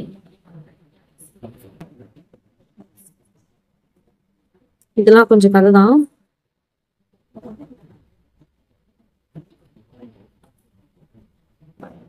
ஸோ அதே மாதிரி ரிசர்வேஷன் பாலிசி வந்து கொஞ்சம் ஏன் ரிசர்வேஷன், அதாவது எல்லாருமே ஈக்குவல் தானே நினைக்கிறவங்க அப்படின்னும் போது ரிசர்வேஷன் பாலிசி அப்படின்றது அதுக்கு ஆப்போசிட்டா இருக்கே அப்படின்னு நினைக்கிறவங்களுக்கு ஏன் அப்படின்னு சொல்லிட்டு புரியும் இல்லையா? ஸோ அதாவது பாத்தீங்கன்னா இப்ப எல்லாருக்குமே ஒரே மாதிரி அப்படின்னு வச்சுக்கலாம். ஓகேங்களா? ஸோ அதாவது பாத்தீங்கன்னா ஒரு மைனாரிட்டி செக்ஷன்ல இருக்காங்க, விமன் இருக்காங்க அப்படின்னா அப்ப அந்த டைம்ல பாத்தீங்கன்னா இண்டிபெண்டன்ஸ்க்கு வந்த அந்த டைம்ல பாத்தீங்கன்னு வச்சுக்கோங்களேன், அவங்களாம் ரொம்ப ஒரு கீழான ஒரு நிலைமையில இருந்தாங்க. இப்போ வரைக்குமே எஜுகேஷன்ல பாத்தீங்கன்னா மேல கம்பேர் பண்ண ஃபீமேல் கம்பேர் பண்ணது மேல் தான் வந்து அதிகமா லிட்ரஸி ரேட் வந்து இருக்கு. ஓகேங்களா? நீங்க எக்கனாமிக்ல படிச்சிருப்பீங்க. அப்படின்னும் போது கீழே இருக்கிறவங்கள மேல தூக்கி வரணும், அவங்களுக்கும் ஒரு சில ரிசர்வேஷன் கொடுத்தா மட்டும் தான் அது முடியும். அதுக்காக தான் வந்து அது கொடுக்குறாங்க, ரிசர்வேஷன் அப்படின்ற ஒரு விஷயமே வந்து கொடுக்குறாங்க. ஓகேங்களா? ஸோ அடுதான் சொல்றாங்க அது ரிசர்வேஷன் அப்படின்னா என்ன அப்படின்றதான் சொல்லியிருக்காங்க. அது மாதிரி சோசியல் ஜஸ்டிஸ் அண்ட் ஈக்குவாலிட்டி அப்படின்னா என்ன, அதாவது பாத்தீங்கன்னா தர்மா அப்படின்றது பிராக்டிஸ்னா என்ன, அதர்மனா என்ன அப்படின்னு சொல்லிட்டு தெரியும் இல்லையா? ஸோ அதை பேஸ் பண்ணி தான் நிறைய இருக்கிறாங்க அப்படின்றாங்க. பட் அப்படிலாம் வந்து தெரியல. ஸோ இதை ப்ரீச் பண்றவங்க கிங்கால வந்து இது பண்றாங்க அப்படின்றாங்க. இதெல்லாம் நமக்கு தெரிஞ்சதுதானே. சரி, அடுத்து ஓகே. இங்க பாருங்க, Greek philosopher Plato and his disciples often debate and discuss about justice and its practice. Discourses and teachings of Socrates. இது ஒரு கொஸ்டின் கேட்டிருந்தாங்க குரூப்ல, ஞாபகம் இருக்குங்களா? அதாவது சாக்ரட்டிஸ், பிளாட்டோ, அப்புறம் இன்னும் பேர்லாம் கொடுத்து யார் ஃபர்ஸ்ட் வருவாங்க கரெக்டா போட சொன்னாங்க, ஞாபகம் இருக்கா? ஸோ அது வந்து இது படிச்சிருந்தீங்கன்னா கூட ஓரளவுக்கு போட்டிருக்கோம். ஓகேங்களா? சரி, ஓகே. அடுத்து பார்க்கலாம். ஆக்சுவலி நானே அப்படிதான் போட்டேன், தெரிஞ்சுலாம் போடல. இப்ப நம்ம படிக்கணும் தெரியல. இப்ப இவங்களோட டிசிபிள்ஸ் இவங்க அப்படின்னும் போது அவங்களுக்கு பின்னாடிதான் இவங்க வந்தாங்கன்னு சொல்லி நமக்கு தெரியல. அதை வச்சு போட்டுருக்கோம். ஓகே, நமக்கு தெரியும் கேஸ்ட் ஹைரார்கி தான் வந்து என்னது நம்ம நேஷன்ல இருக்க இன்இக்வாலிட்டிக்கு ஒரு பிரைமரி ரீசன். இது நம்மளுக்கு நல்லாவே தெரிஞ்சது. படிச்சவங்களும் அப்படிதான் இருக்காங்க, படிக்காதவங்களும் அப்படிதான் இருக்குங்க, படிச்சுட்டு இருக்கிறதுங்களும் அப்படிதான் இருக்குதுங்க. ஓகேங்களா? ஸோ எல்லாம் கலிகாலம்ன்ற மாதிரி ஆயிடுச்சு. ஓகே, இது இந்த பாக்ஸ் நான் சொன்ன மாதிரி ரொம்ப முக்கியமானது. ஏன்னா பாத்தீங்கன்னா அந்த பேக்வர்ட் கம்யூனிட்டிக்காக ஃபர்ஸ்ட் போட்ட கமிஷன் பாத்தீங்கன்னா இந்த காக்கா கலைஞர் தான் 1953. ஓகேங்களா? ஸோ அந்த காக்கா கலைஞர் தான் was first head of the commission in independent India. Independent இந்தியாவிலே ஃபர்ஸ்ட் போட்ட பேக்வர்ட் கம்யூனிட்டி கமிஷன் வந்து இதுதான். ஓகேங்களா? அதனாலதான் முக்கியம்னு சொல்றேன். ஸோ பாத்துக்கோங்க. ஓகே, இதெல்லாம் வந்து ஒரு கதை தான். ஸோ அஃபர்மேட்டிவ் ஆக்ஷன் அப்படின்னா ஒன்றும் கிடையாது. Principle of affirmative action is to promote societal equality through the preferential treatment of socially and economically disadvantaged people. ஓகேங்களா, அந்த சோஷியலியாவோ இல்லை எக்கனாமிக்கலோ டிஸ்அட்வான்டேஜ் பீப்புள் இருப்பாங்க இல்லையா, ஸோ அவங்கள வந்து பார்த்தீங்கன்னா ஒரு ப்ரிஃபரன்ஸ் கொடுத்து கொண்டு வர்றது, மேலே கொண்டு வரது தான் அஃபர்மேட்டிவ் ஆக்ஷன். வேற ஒன்றும் கிடையாது. அது ஒரு கிளாஸ் இருக்கு அப்படின்னா படிக்கிறவங்களே படிக்கிறதுனால என்ன யூஸ் இருக்கு? படிக்காத பிள்ளைங்களை கொஞ்சம் கொஞ்சமா படிச்சு ஏற்றி வைக்கிறது தான் ஒரு டீச்சரோட கடமைனாலே, அந்த மாதிரி தான் ஒரு நாட்டிலையும். ஓகேங்களா, சரி பாருங்க. For example 2017 study found that affirmative action in USA, ஓகேங்களா, அது வந்து நடந்திருக்கு. there is an increase in the share of black employees over time. அதாவது in 5 yearsல பார்த்தோம்னா in 5 years after an establishing first regulated. ஓகேங்களா, ஸோ வந்து 5 yearsல அதாவது வந்து இந்த அஃபர்மேட்டிவ் ஆக்ஷன் வந்து கொண்டு வந்திருக்காங்க யூஎஸ்ஏல. அங்க பாத்தீங்கன்னா நிற வேறுபாடு வச்சுதான், பிளாக் பீப்புள் ஒயிட் பீப்புள் அப்படின்னுவாங்க. ஸோ வந்து அந்த அஃபர்மேட்டிவ் ஆக்ஷன் மூலியமா கிட்டத்தட்ட 5 yearsல பாத்தீங்கன்னா சர்டன் ஷேர் ஆஃப் பீப்புள் வந்து பிளாக் எம்ப்ளாயி வந்து இன்க்ரீஸ் ஆயிருக்காங்க அப்படின்னு சொல்றாங்க. ஓகேங்களா, அஃபர்மேட்டிவ் ஆக்ஷன்றது ஒரு நல்ல விஷயம் தான். யுனைடெட் ஸ்டேட்ஸ்ல என்ன சொல்லுவாங்க பார்க்கலாம். So there were developments of liberty, economy and technology in USA. Still there were sustained discrimination on basis of color. Black people, white people ரெண்டா பிரிச்சு வச்சிருப்பாங்க. ஓகேங்களா, so this raised a civil rights agitation there. எப்ப அது நடந்திருக்குன்னு பாத்தீங்கன்னா John F Kennedy வந்து அப்ப பிரசிடென்டா இருப்பாரு. அப்ப 1960sல அப்ப வந்து என்ன ஆகும் அப்படின்னு பாத்தீங்கன்னா நிறைய இதை வந்து கொஞ்சம் என்ன பண்ணுவாங்க அப்படின்னு சொன்னீங்கன்னா அது மூலியமா ஒரு சிவில் ரைட்ஸ் எஜிடேஷன், ஒரு போராட்டம் எழுற மாதிரி ஒரு இது வரும். அப்பதான் என்ன பண்ணுவாங்க அப்படின்னு பாத்தீங்கன்னா எக்ஸிகியூட்டிவ் ஆர்டர் 10925 அப்படின்னு சொல்ற ஒரு ஆர்டர் போட்டு என்ன பண்ணுவாங்கன்னா அவங்களோட ரேஸு, கிரீட், கலர் இதை பேஸ் பண்ணி என்ன பண்ணக்கூடாது, எம்ப்ளாயிஸ் வந்து டிஸ்கிரிமினேட் பண்ணக்கூடாது அப்படின்னு சொல்லிட்டு அவர் கொண்டு வருவார். ஓகேங்களா, யார் அப்படின்னு பாத்தீங்கன்னா ஜான் எஃப் கெனடி 1960sல. என்ன ஆர்டர் பார்த்தோன்னா EO எக்ஸிகியூட்டிவ் ஆர்டர் 10925. ஓகேங்களா, அதே மாதிரி பார்த்தோன்னா this order was replace by another order. என்ன ஆர்டர் பார்த்தீங்கன்னா 11246. எப்பன்னு பார்த்தீங்கன்னா 1965, 5 வருஷத்துக்கு அப்புறம். என்ன இதுபடி என்ன அப்படின்னு பாத்தீங்கன்னா to promote the full realisation of equal employment opportunity through a positive continuing programme in each executive department and agency. ஓகேங்களா, இது எல்லாமே அஃபர்மேட்டிவ் ஆக்ஷனுக்கு வந்து ஒரு இதுதான். ஓகேங்களா, அதுக்கு அடுத்து பாரு என்ன பண்றாங்க அப்படின்னு பாத்தீங்கன்னா in US affirmative actions basic purpose was to pressurise institution into compliance with the non discriminatory mandate of civil rights act of 1964. ஓகேங்களா, ஸோ அந்த அஃபர்மேஷன் ஆக்ஷன் வந்து பிளாக் பீப்புள் ஒயிட் பீப்புள் அப்படின்ற மாதிரி விமன் வரைக்கும் எக்ஸ்டெண்ட் ஆச்சு. எப்பனா 1967ல. ஓகேங்களா, so அது இது கரெக்டா அந்த இது பாத்துக்கோங்க. ஸோ இது அந்த அளவுக்கு கேட்கறதுல பட் இருந்தாலும் பாத்துக்கோங்க, பாத்துக்கிறது நல்லது. ஸோ யுனைடெட் நேஷன் என்ன சொல்லுது அப்படின்னு பார்க்கலாம். அவங்க என்ன சொல்லுவாங்கன்னா அதே போலதான், அதே தான் சொல்லுவாங்க, டிஸ்கிரிமினேஷன். ஓகேங்களா, டிஸ்கிரிமினேஷன் இருக்கக்கூடாது. Shall in no case entail as a consequence of unequal or separate rights for different racial groups after the objectives are achieved அப்படின்றாங்க. அதே தான். அதுக்கடுத்து வேற என்ன சொல்றாங்க, the principle of equality sometimes requires state parties to take affirmative action in order to diminish or eliminate conditions which cause or help to perpetuate discrimination prohibited by the covenant. ஓகேங்களா, ஏன்னா அந்த ஸ்டேட் பார்ட்டிஸும் அஃபர்மேட்டிவ் ஆக்ஷன் வந்து எடுக்கணும், எடுத்தாதான் இது ஒழிக்க முடியும் discrimination அப்படின்றாங்க. ஓகேங்களா, அதே மாதிரி சவுத் ஆப்பிரிக்காவில் இந்த சோசியல் ஜஸ்டிஸ் லா என்னெல்லாம் ஃபாலோ பண்ணியிருக்காங்க அப்படின்னு பாத்தீங்கன்னா, அதாவது following the transition to democracy in 1994 south Africa chose to implement affirmative action through legislation to correct previous imbalances. அங்கேயும் அஃபர்மேட்டிவ் ஆக்ஷன் வந்து பண்ணியிருக்காங்க 1994 டெமோக்ரஸியா வந்ததுக்கு அப்புறம். ஆஸ் சச் என்ன சொல்றாங்க, அதே தான், எல்லா எம்ப்ளாயிஸும் compelled by law to employ previously disenfranchised blacks, Indians, கலர்னு பார்க்காம என்ன பண்ணணும், எம்ப்ளாய்மெண்ட் பண்ணணும். By this, the company's employees were 50 people have to design and implement plans to improve workforce demographics and report them to Department of Labor. ஓகேங்களா, 50 people என்ன பண்ணணும், அதை சம்பந்தமா டிசைன் பண்ணி அந்த இதை பிளான் இம்ப்ளிமெண்ட் பண்ணணும், ஒர்க் ஃபோர்ஸ் டெமோகிராபிக்ஸை வந்து இம்ப்ரூவ் பண்ணணும். ஓகேங்களா, அது ரிமூவ் பண்ணிட்டு என்ன பண்ணணும் சார், இம்ப்ரூவ் பண்ணணும். அந்த ரிப்போர்ட்டை வந்து டிபார்ட்மெண்ட் ஆஃப் லேபர் இருக்கும் இல்லையா, ஸோ அதுக்கிட்ட போய் சப்மிட் பண்ணணும் ரிப்போர்ட்டை அப்படின்னு சொல்லி கொண்டு வந்தாங்க. ஓகேங்களா, ஸோ அதே மாதிரி employment equity also forms part of companies black economic empowerment score code அப்படின்னு சொல்றாங்க. இதேதான் திருப்பி அதேதான் சொல்றாங்க. அதாவது ஒவ்வொரு நாட்டிலும் என்ன நடந்திருக்குன்றாங்க. ஸோ இங்க சைனால அப்படின்னு பாத்தீங்கன்னா அஃபர்மேட்டிவ் ஆக்ஷன் வந்து எஜுகேஷன்ல வந்து மைனாரிட்டி நேஷனாலிட்டிஸ்ல வந்து எஜுகேஷனுக்காக எடுத்துருக்காங்க. சைனால நாங்க யாரும் கருப்பாலா எல்லாருமே கலரா தான் இருப்பாங்க. ஸோ அங்க வந்து எஜுகேஷன் லெவல்ல எடுத்துருக்காங்க. ரஷ்யால கோட்டா சிஸ்டம் வந்து இருக்கு யுஎஸ்எஸ்ஆர்ல. ஓகேங்களா, அதாவது எத்னிக் மைனாரிட்டிஸ், விமனுக்காக, ஃபேக்டரி ஒர்க்கர்ஸ் எல்லாம் இருப்பாங்களே அவங்களுக்காக, அதாவது யூனிவர்சிட்டி எஜுகேஷன். அதே மாதிரி பாத்தீங்கன்னா ஃபார்மர்ஸ் சோவியத் யூனியன்ல ஆபீசஸ் எல்லாம் இருக்கு இல்லையா, ஸோ அதை போய் ஆக்குபை பண்றதுக்கு அவங்களுக்கு ஒரு கோட்டா சிஸ்டம் வந்து இருந்துச்சுப்பாங்க. ஸோ அடுத்து பார்த்தீங்கன்னா என்னது நியூ எஜுகேஷன் நியூ ரெக்யூஸ்டிஸ். ஸோ இந்தியாவில் பார்த்தீங்கன்னா ஏன்ஷியன் சிட்டியில் டிஸ்கிரிமினேட்டரியா தான் இருந்துச்சு. ஓகேங்களா. ஸோ அவங்களோட கேஸ்ட் பேஸ் பண்ணி அந்த குலக்கல்வி திட்டம்னு சொல்றாங்க இல்லையா, நம்ம படிச்சிருப்போம் இல்லையா. ஸோ அது மாதிரிதான் அவங்க என்ன குடும்பம் வந்து அவங்க குலத்தொழில் என்ன, இப்போ வந்து பார்பரா இருக்காங்கன்னா அவங்க பையனும் பார்பர் சம்மந்தப்பட்ட படிப்பு வேலையை தான் வந்து கத்துக்கணும், மற்றபடி வேற எதுவும் பண்ணக்கூடாது அப்படின்னு சொல்றதுதான் பாத்தீங்கன்னா இது இந்த டிஸ்கிரிமினேட்டரி எஜுகேஷன் இதுல நடந்துட்டு தான் இருந்துச்சு. ஓகேங்களா. அடுத்து பாருங்க, new or modern education was introduced by Christian missionary of European Nations.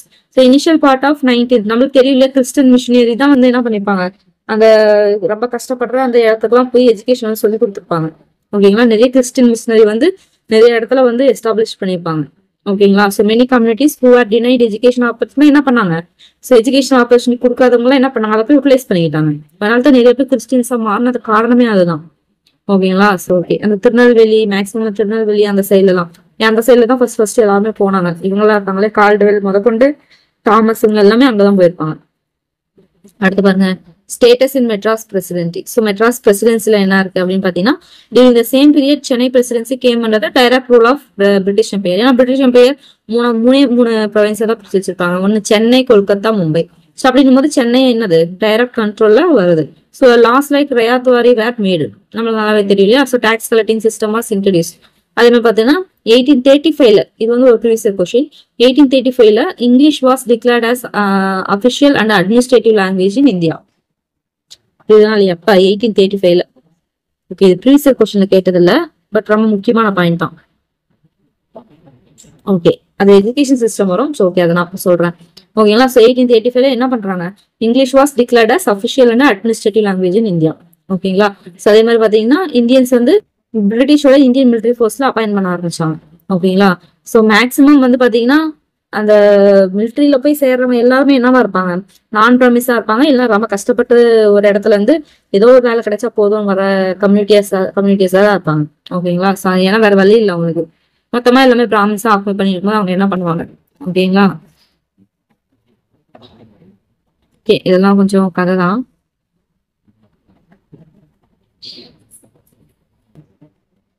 இதெல்லாம் நம்மளுக்கு தெரியலையா, zamindari ryotwari system 19th century initial பார்ட்ல வந்ததுனால லேண்ட் கிளாட்ஸ் அப்புறம் இந்த ஜமீன்தார்ஸ்லாம் என்ன பண்ணாங்க, ஒரு டாமினன்ட் குரூப் தான் மாற ஆரம்பிச்சாங்க. ஓகேங்களா. ஆல் த போசெட்டர் எல்லாமே என்னது இந்துஸ் தான். ஓகேங்களா.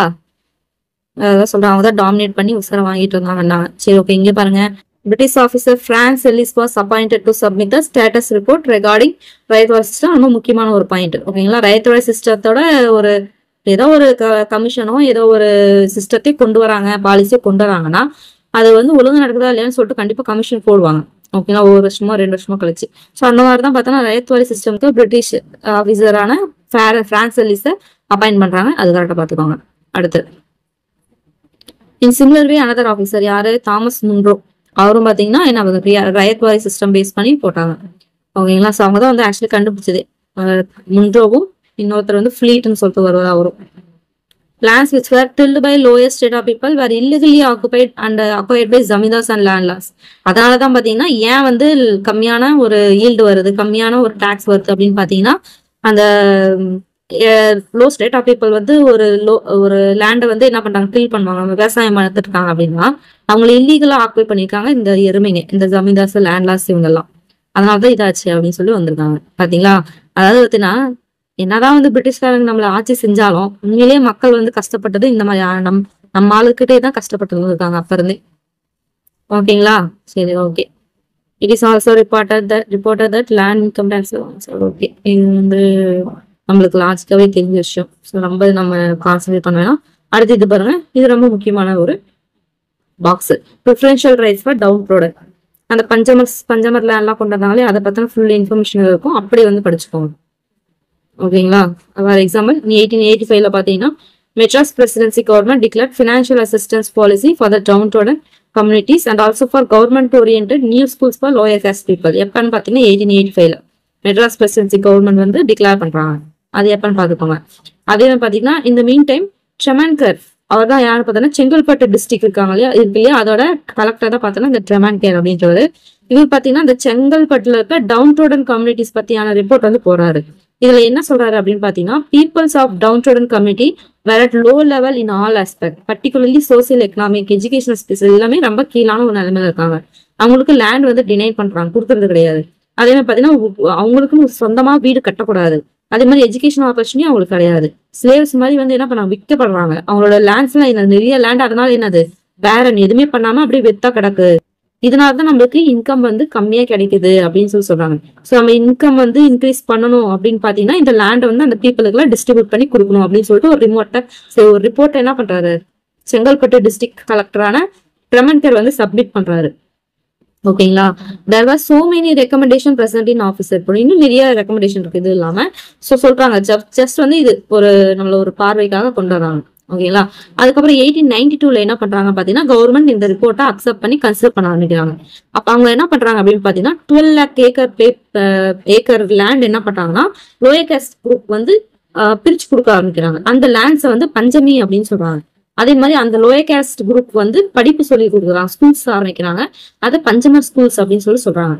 பஞ்சமர் அப்படின்னா என்ன அர்த்தம் அப்படின்னு பாத்தீங்கன்னா, people who were out of varna system are excluded communities அப்படின்னு அர்த்தம். ஒதுக்கப்பட்ட ஜாதி அப்படின்ற மாதிரி அர்த்தம் அப்படின்றாங்க பஞ்சமர் அப்படின்னா. அதுக்கப்புறம் தான் அயோத்திதாசா, அதுக்கப்புறம் சிங்காரவேலர் எல்லாம் இருப்பாங்க இல்லையா. சோ அவங்களெல்லாம் ரொம்ப ஒரு எப்படி சொல்றது, இவங்களுக்காக ரொம்ப போராடி இது பண்ணாங்க. ஓகேங்களா. சோ இவங்க தான் என்ன பண்றாங்க அப்படின்னு பாத்தீங்கன்னா, இந்த பஞ்சமர் ஸ்கூல்ஸ்ன்னு சொல்லாதீங்க, அது ஆதி திராவிட ஸ்கூல் அப்படின்னு சொல்லுங்க அப்படின்னு சொல்லி மாத்தணும். ஓகேங்களா. சோ இப்படிதான் ஆதி திராவிடர் அப்படின்ற ஒரு விஷயம் வந்துச்சு. ஓகேங்களா. சோ இந்த பாக்ஸ் வந்து எந்த அளவுக்கு முக்கியம் உங்களுக்கு புரிஞ்சுக்கணும்னு நினைக்கிறேன். கரெக்டா நோட் பண்ணி படிச்சுக்கோங்க. அதே பாத்தீங்கன்னா 1854ல பாருங்க கோர்ட் வந்து என்ன சொல்லுது அப்படின்னு பாத்தீங்கன்னா, லோயர் காஸ்ட் குரூப்ல இருக்க குழந்தைங்களுக்கு என்ன பண்ணக்கூடாது, அட்மிட் பண்றாங்க இல்லையா, அதுல வந்து இது இருக்கக்கூடாது, ரெஸ்ட்ரிக்ஷன் இருக்கக்கூடாது அப்படின்னு சொன்னாங்க. சொல்லி ஒரு இது கொண்டு வந்தாங்க. பட் கொண்டு வந்தாலுமே அவங்க யாருமே ஒபே பண்ணல. அதுக்கப்புறம் 1865ல என்ன பண்றாங்கன்னா, secretary of state for India in British parliament என்ன பண்றாங்க, order for admission of children who belong to lower class groups but the condition remain unchanged. மறுபடியும் 1865ல ஸ்டேட் செக்ரட்டரில இருந்து ஆர்டர் போடுறாங்க. அப்பயுமே அப்படியேதான் இருக்கு, மாறல, அந்த எல்லாம் வந்து மாறல. பிரிட்டிஷ் இந்தியா இந்த end of 19th century supported Brahmin development in all space. ஏன்னா வேற என்ன பண்ண முடியும், அவங்களை சப்போர்ட் பண்றது. அதாவது பாத்தீங்கன்னா எஜுகேஷன்லயும் சரி, சொசைட்டிலயும் சரி, பவர் அண்ட் எம்ப்ளாய்மெண்ட் செக்டர்லயும் சரி, பிராமின்ஸ்க்கு வந்து என்ன பண்ண ஆரம்பிச்சாங்க, சப்போர்ட் பண்ண ஆரம்பிச்சாங்க. ஓகேங்களா. அந்த non Brahmins and minorities who studied in model educational institution were dissatisfied with the government biased stand. கண்டிப்பா அவங்களுக்கு பிராமின் சப்போர்ட் பண்ணனால நான் பிராமின்ஸ் மைனாரிட்டி கொஞ்சம் கடுப்பா தான் இருக்கும் இல்லையா. சோ அதனாலதான் லோயர் கிளாஸ் குரூப் வந்து கவர்மெண்ட் சர்வீஸ்ல என்ன பண்ணும், நீங்க ரிசர்வேஷன் கொடுங்க அப்படின்னு சொல்லி டிமாண்ட் பண்ண ஆரம்பிச்சாங்க. அப்பதான் பாத்தீங்கன்னா 1891ல ட்ரெவன்கோர் கிங்டமோட நேட்டிவ்ஸ் இருப்பாங்க இல்லையா, மலையாளி மெமோரியல் அப்படின்னு submitted Malayali memorial demanding adequate opportunity for native employment. ஓகேங்களா. அப்படின்னு சொல்லிட்டு என்ன பண்ணாங்க, ட்ரெவன்கோர் கிங்டம் 1897ல சப்மிட் பண்றாங்க. அதுதான் என்ன சொல்லுவாங்க அப்படின்னு பாத்தீங்கன்னா, அடுத்து 1896ல பாத்தீங்கன்னா இலவா மெமோரியல் அப்படின்னு சொல்லிட்டு டிமாண்ட் பண்றாங்க. டிமாண்டட் அடிக்குவேட் ஆப்பர்ச்சுனிட்டி ஃபார் அவர்னா, அதாவது backward communities in employment and education, இது வந்து கொடுக்கணும் அப்படின்னாங்க. ஓகேங்களா. சோ நாராயண 10th படிச்சிருப்போம் இல்லையா, took intensive effort to organize victims of caste system and instituted educational institution for them, அவங்களுக்காக பண்ணணும்னு சொல்லி சொன்னது. ஸோ இதுல எப்படி நோட் பண்ணிக்கோங்க அப்படின்னா, ட்ரெவன்கோர் கிங்டம் எப்போ அப்படின்ற மாதிரி நோட் பண்ணிக்கோங்க, இலவா மெமோரியல் எப்போ அப்படின்னு சொல்லிட்டு பாத்துக்கோங்க. ரெண்டுமே மலையாளிஸ் தான். ஓகேங்களா. ஸோ அதுக்கப்புறம் பாத்தீங்கன்னா 1902ல கொல்ஹாப்பூர் ராஜா சத்ரபதி சாஹூ இருக்காங்க இல்லையா, for the first time introduced reservation in government jobs for non-Brahmins. First time, ரொம்ப முக்கியமான ஒரு பாயிண்ட். எப்போ வந்து பாத்தீங்கன்னா அவங்களுக்கு ஃபர்ஸ்ட் டைம் வந்து ரிசர்வேஷன் கொடுக்குறாங்க எம்ப்ளாய்மெண்ட்ல அப்படின்னு பாத்தீங்கன்னா 1902ல கொல்ஹாப்பூர் ராஜா சத்ரபதி சாஹூ, கொல்ஹாப்பூர் அப்படின்ற இடத்தோட ராஜாவான சத்ரபதி சாஹூ தான் ஃபர்ஸ்ட் டைம் நான் பிராமின் கொடுக்குறாங்க. Almost simultaneously Mysore kingdom Miller committee அப்படின்றது பாத்தீங்கன்னா என்ன ரெக்கமெண்ட் பண்ணுதுன்னா, கம்யூனல் டிஸ்ட்ரிபியூஷன் ஆஃப் ஜாப்ஸ் வந்து கம்யூனல் டிஸ்ட்ரிபியூஷன் படி வந்து என்ன கொடுக்கணும் அப்படின்னு சொல்லிட்டு அந்த கமிட்டியும் போடுறாங்க. ஓகேங்களா. மைசூர் கிங்டம். ஓகேங்களா. ரெண்டும் அப்படி நோட் பண்ணிப்பாங்க. those people who demanded for appropriate representation, இதுக்கெல்லாம் யாரெல்லாம் போராடினாங்க அப்படின்னு நம்ம நல்லாவே தெரியும். அயோத்திதாசா, சிங்காரவேலர், ரெட்டமலை சீனிவாசன், பிடி தியாகராஜா, ராஜா பனகால், த சில்ஃப், அதெல்லாம் இவங்க தானே பண்ணாங்க. சொல்லலாம். ஓகேங்களா. சோ இது எல்லாமே 1920ல அக்செப்ட் பண்றாங்க, இந்த மாதிரி இவங்க பண்ண டிமாண்ட் எல்லாமே. ஓகேங்களா. சோ கம்யூனிட்டி பேஸ்ட் ரிப்ரசன்டேஷன் எப்ப இஷ்யூ பண்ண யார் இது பண்றாங்க அப்படின்னு பாத்தீங்கன்னா மெட்ராஸ் பிரசிடென்சி இஷ்யூ பண்றாங்க. ஓகேங்களா. இந்த ஆர்டரோட பேர் என்ன அப்படின்னு பாத்தீங்கன்னா 128(2) அப்படின்னு அர்த்தம்.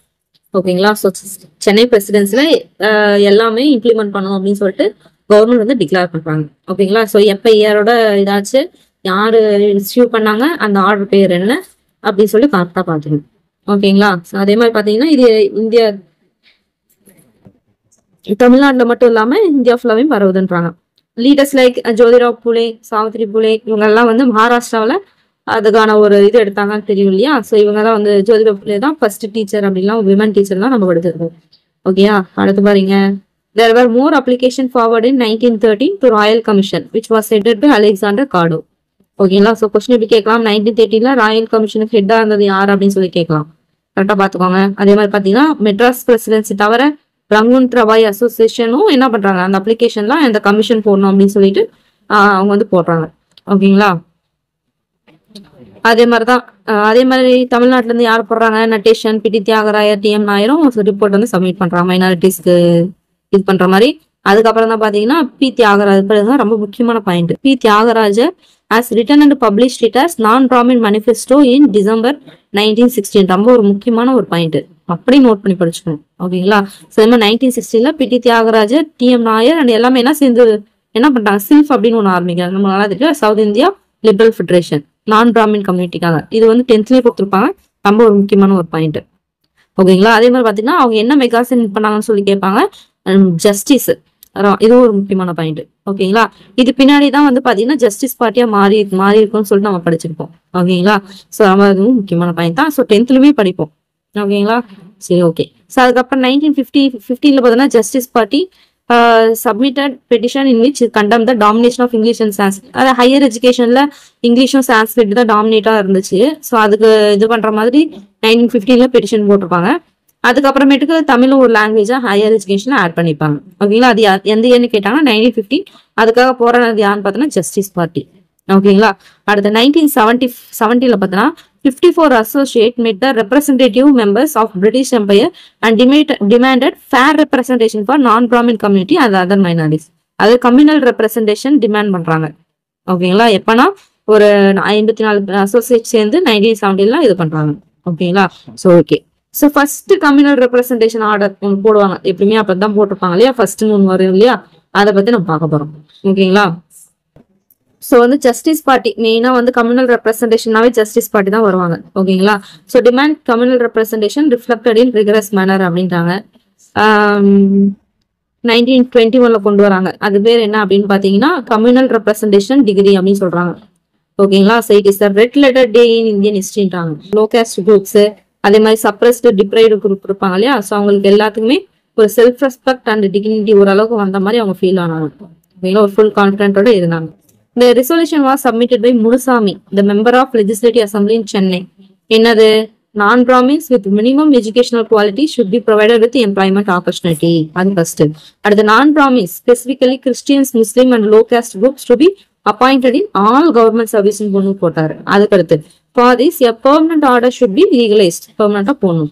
அதே மாதிரி salary, if salary is above 100, this order should be implemented for என்னது 7 years until it reaches 75% of population. அப்படின்னு ஒரு விஷயத்த என்ன பண்றாரு முனுசாமி அப்படிங்கிற அந்த ரிசல்யூஷனை சப்மிட் பண்றாரு. ஓகேங்களா. சோ இந்த ரிசல்யூஷன் படி ஆர்கே சண்முகம் அப்படின்றவர் என்ன சொல்றாங்கன்னா, if this historical and landmark resolution is implemented, the future generation may really appreciate our truthful effort towards emancipation அப்படின்றாரு. சப்போஸ் இது மட்டும் ஓகே ஆயிடுச்சு, இம்ப்ளிமெண்ட் ஆயிடுச்சுன்னா பின்னாடி வர நம்ம சந்ததிகள்லாம் நம்மள வந்து என்ன பண்ணுவாங்க, அப்ரிஷியேட் பண்ணுவாங்க அப்படின்னு சொல்லிட்டு யார் சொன்னது, ஆர்கே சண்முகம். அடுத்து பாத்தீங்கன்னா இதை சப்போர்ட் பண்ற விதமா நடேஷன் என்ன சொல்றாருன்னு பாத்தீங்கன்னா, if fair representation is not provided for our people, we will not pay taxes. ஓகேங்களா. ஃபேர் ரெப்ரசன்டேஷன் கொடுக்கலாம், எங்க கிட்ட இருந்து டாக்ஸ் வந்து நாங்க பே பண்ண மாட்டோம் அப்படின்றாங்க. ஓகேங்களா. அதே மாதிரி பாத்தீங்கன்னா யாரு ராமசாமி எப்பவும் போல பெரியார், அவரும் பாத்தீங்கன்னா அதுக்கு சப்போர்ட் பண்றாரு. ஓகேங்களா. அதே டிமாண்ட காங்கிரஸ் பார்ட்டி கிட்டே வைக்கிறாங்க. பிரிட்டிஷ் கிட்ட வைக்கிறது ஒரு விஷயம் போனாலும் காங்கிரஸ் பார்ட்டிகிட்டே வைக்கிற மாதிரி ஆயிடுச்சு பாருங்க. அதுக்கப்புறம் தான் வந்து 1925ல காஞ்சிபுரம் காங்கிரஸ் பார்ட்டி கான்ஃபரன்ஸ் நடக்கும். ஸோ அதுலதான் அவர் கேட்பாரு. கேட்டு இவங்க வந்து ஒத்துக்க மாட்டாங்க காங்கிரஸ் பார்ட்டி. அதுக்கப்புறம் தான் விட்டுட்டு வந்துருவாரு. விட்டுட்டு வந்துட்டா அதே இயர்ல செல்ஃப் ரெஸ்பெக்ட் அப்படின்னு சொல்லிட்டு ஒன்று ஆரம்பிப்பாரு. ஓகேங்களா. So 1928 during leadership of R Muthiah, அதாவது ஜஸ்டிஸ் பார்ட்டி, அப்போ பார்த்தோன்னா communal representation was passed and implemented in all the governmental departments. ஓகேங்களா. இந்த பாயிண்ட் கரெக்டாக பார்த்துருவாங்க. ஓகேங்களா. சரி, ஓகே. சரி ஓகே, கம்யூனல் ரெப்ரஸன்டேஷன் பாஸ் பண்ணிட்டாங்க. அதுக்குன்னு ஒரு ஏதோ ஃபர்ஸ்ட் அமெண்ட்மெண்ட் நடந்திருக்கும் இல்லையா, நடந்துச்சு. எப்பன்னு பாத்தீங்கன்னா நம்மளுக்கு இண்டிபெண்டன்ட் முடிஞ்சு ஃபர்ஸ்ட் எலெக்ஷன் கூட நடக்கல, அப்பயே வந்துச்சு. எப்பன்னு பாத்தீங்கன்னா நம்ம ஃபர்ஸ்ட் எலெக்ஷன் 1952 வந்துச்சா, 1951 அமெண்ட்மெண்ட் பண்ற மாதிரி ஒரு கேஸ் வந்துச்சு. அதுதான் பாத்தீங்கன்னா மிஸ்டர் செண்பகராஜன் அப்படின்ற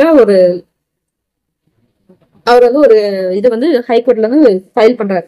அதாவது மெடிக்கல் சீட் வந்து எனக்கு கொடுக்கல அப்படின்னு சொல்லிட்டு. ஏன்னா அவர் வந்து பாத்தீங்கன்னா பிராமின் ஓபிசி இதுக்கு வந்தவங்க. அதனால இந்த கம்யூனல் ரெப்ரஸன்டேஷன் இருக்கிறதுனாலதான் எனக்கு சீட் வந்து கிடைக்கல, நல்ல மார்க் எடுத்துமே அப்படின்னு சொல்லி அவர் கொடுத்துருக்காரு. அதுக்கப்புறம் தான் பாத்தீங்கன்னா ஹைகோர்ட் என்ன சொல்லுவோம் அப்படின்னு பாத்தீங்கன்னா, இதனால பாத்தீங்கன்னா அந்த கான்ஸ்டிடியூஷன் வந்து கம்யூனல் ரெப்ரஸன்டேஷன் வந்து ஒரு வார்த்தை இல்லை, அதனால இது வந்து இது பண்றது அப்படின்ற மாதிரி சொல்லுவோம். அதே மாதிரி சுப்ரீம் கோர்ட்டும் அது ஒத்துக்கும். அதை பேஸ் பண்ணி ரிசர்வேஷன் பாலிசி வந்து தூக்கிடுவாங்க. அதுக்கப்புறம் ஸ்டேட் வைட்ல இது கேட்டுட்டு பாத்தீங்கன்னா பெரியாரு, நிறைய பேர் அண்ணா, இவங்க எல்லாம் நிறைய பேர் போராடுவாங்க. அதான் இங்க கதையா சொல்லியிருக்காங்க. ஓகேங்களா. அதுக்கப்புறம் தான் காமராஜ் போய் பேசுவாரு, நேர்கிட்ட போய் பேசி என்ன பண்ணுவாங்க, ஃபர்ஸ்ட் அமெண்ட்மெண்ட் வந்து போடுவாரு. அதாவது ஸ்டேட் வைஸ்ல வந்து போடலாம், இது ரிசர்வேஷன் வந்து இந்த மாதிரி போடலாம் அப்படின்னு சொல்லிட்டு சேர்த்துருவாங்க. அதுக்கப்புறம் அதான் சொல்றாங்க 1516 ஆர்டிகல் படி socially and economic backward people can provide special privilege அப்படின்னு சொல்லிட்டு ஒன்று போடுவாங்க. ஓகேங்களா. சரி, இது கரெக்டா பாத்துக்கோங்க. இதுதான் ஃபர்ஸ்ட் போட்ட அமெண்ட்மெண்ட். அதாவது பாத்தீங்கன்னா செண்பகராஜன் கேஸ் வந்து எதை சம்மந்தப்பட்டதுன்னு சொல்லிட்டு கேட்பாங்க, ரிசர்வேஷன் சம்மந்தப்பட்டது. ஓகேங்களா. அது எப்பன்னு கேட்பாங்க, 1951. அதாவது ப்ரீவியஸ் கொஸ்டின்ல கேட்டது, கரெக்டா பாத்துக்கோங்க. அடுத்து பாத்தீங்கன்னா சப்செக்ஷன் 15(4) and 16(4) படி என்ன அப்படின்னு பாத்தீங்கன்னா, அதாவது 1951 இருந்து பேக்வர்ட் கம்யூனிட்டி பார்த்தோம்னா 25%, லோயர் கேஸ்டுக்கு 16% அப்படின்னு சொல்லிட்டு ரிசர்வேஷன் வந்து போடுவாங்க. இது கரெக்டா அப்படி நோட் பண்ணிக்கோங்க. அதுக்கப்புறம் பாத்தீங்கன்னா கருணாநிதி வராரு. கருணாநிதி வந்து என்ன பண்ணுவாரு அப்படின்னு பாத்தீங்கன்னா, அவர் வந்து ரிசர்வேஷன் வந்து எப்படி மாத்துவாருன்னு பாத்தீங்கன்னா, அதாவது சட்டநாதன் அப்படின்னு சொல்லிட்டு ஒரு கமிஷன் போடுவாங்க. இது வந்து தமிழ்நாட்டுல போட்ட இது கமிஷன், ரிசர்வேஷன் பேஸ் பண்ணி. ஓகேங்களா.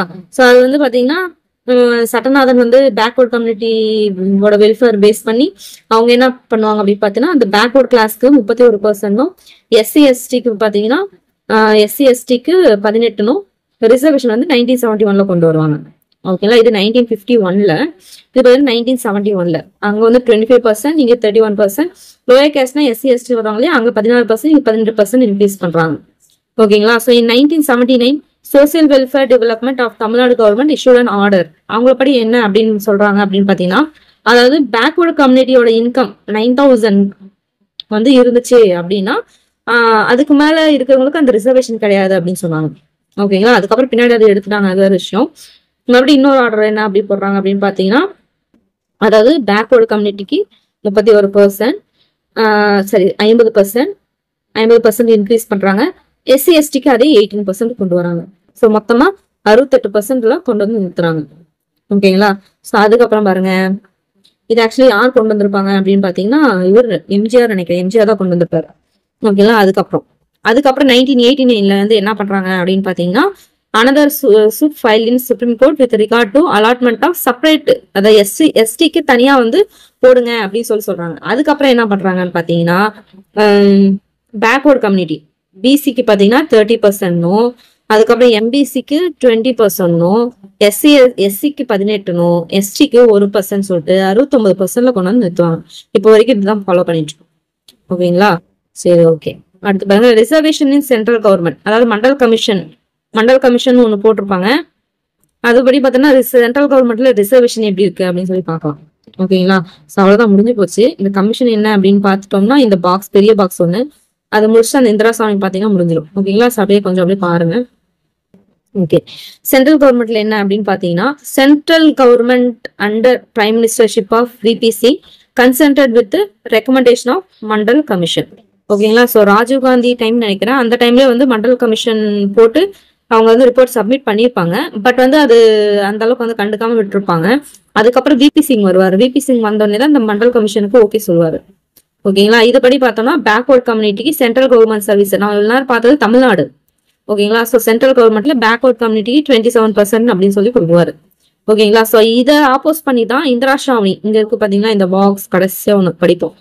இந்த இந்திரா ஷாவணி கேஸ் வந்து போடுவாங்க. இந்திரா ஷாவணி, அது பேர் இந்திரா ஷாவணி கேஸ் தான். ஓகேங்களா. அது வந்து போடுவாங்க. ஏன்னா நிறைய பேர் வந்து அப்ப அந்த டைம்ல சூசைட்லாம் பண்ணிப்பாங்க.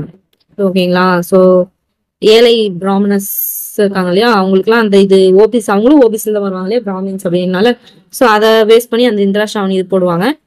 ஸோ அதுக்கப்புறம் பார்த்தீங்கன்னா என்ன பண்றாங்க, இங்க இருக்கு file a suit stating the order breaches the constitutional province, அதாவது all are equal before law அப்படின்ற ஒரு விஷயத்தையே என்ன பண்ணுது இந்த ரிசர்வேஷன் பாலிசி ஓவர் ரைட் பண்ணுது அப்படின்னு சொன்னாங்க. அப்படின்னா ஸோ வந்து 27% வந்து லீகலைஸ் பண்றாங்க, அதெல்லாம் ஒன்றும் கிடையாதுமா அப்படின்னு சொல்லிட்டு ரிசர்வேஷன் அப்படின்றது அப்லிஃப்ட்மெண்ட் ஆஃப் பேக்வர்ட் பீப்புள் இல்லையா. ஸோ அதனால பார்த்தீங்கன்னா சுப்ரீம் கோர்ட் என்ன பண்றாங்க, அதெல்லாம் ஒன்றும் பிரச்சனை இல்லை அப்படின்னு சொல்லிட்டு அந்த கேஸை தள்ளுபடி பண்ணிட்டு 27% லீகலைஸ் பண்றாங்க.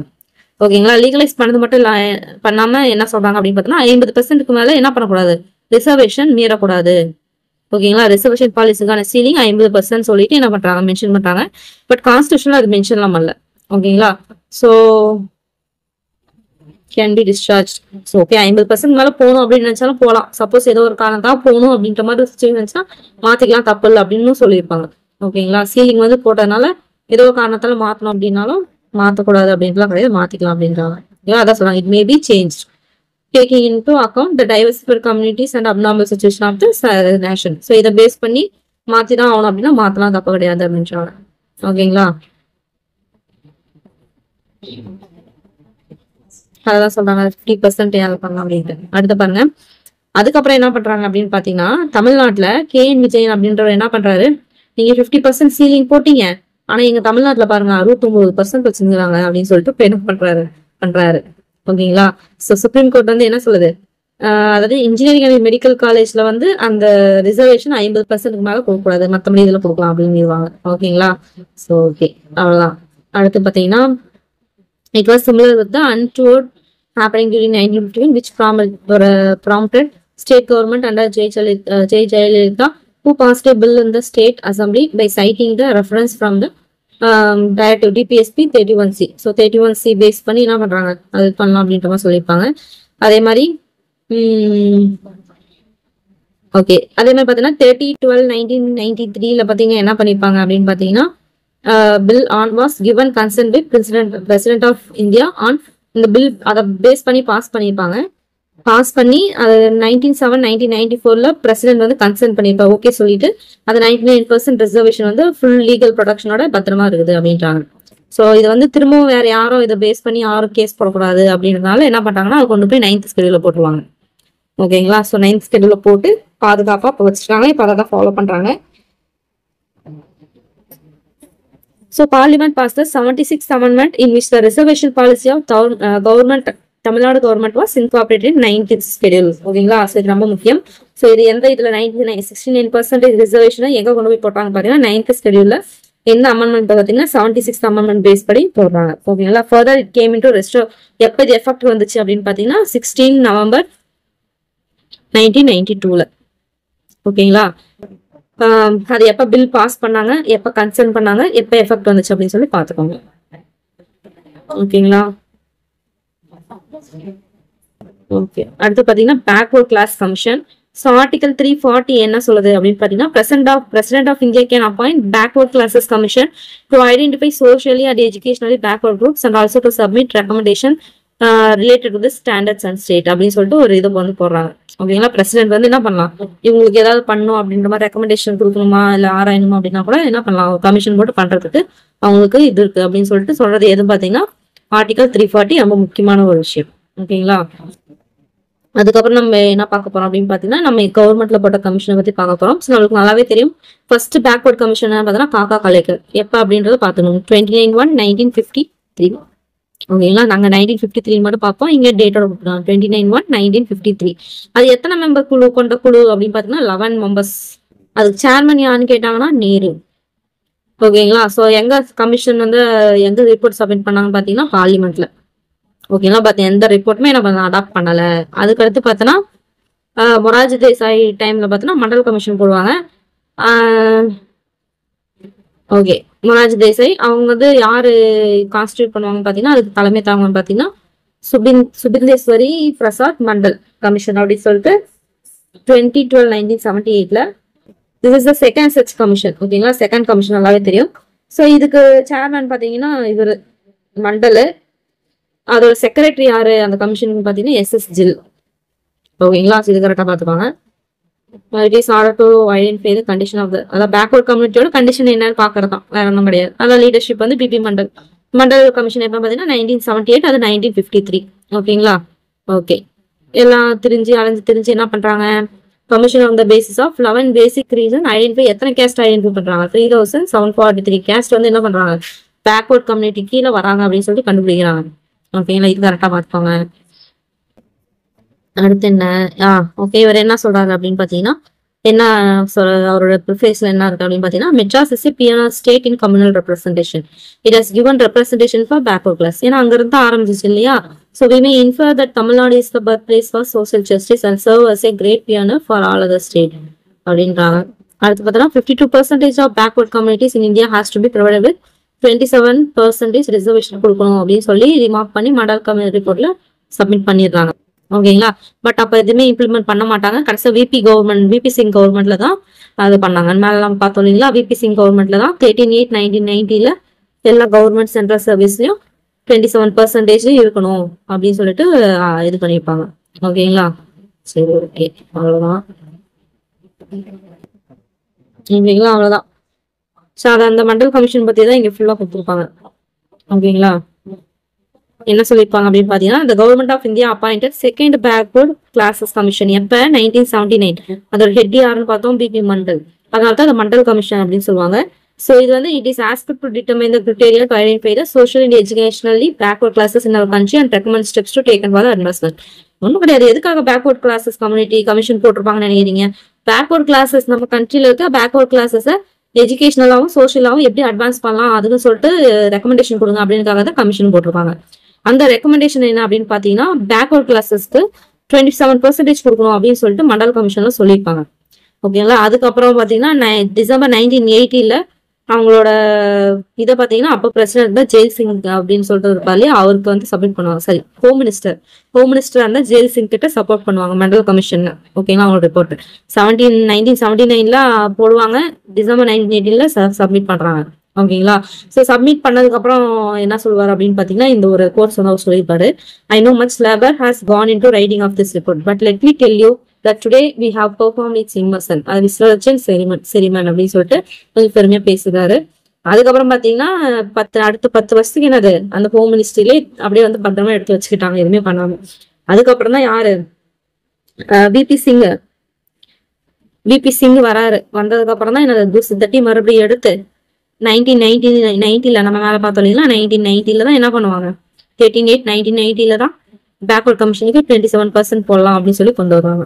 ஓகேங்களா, சரி, ஓகே.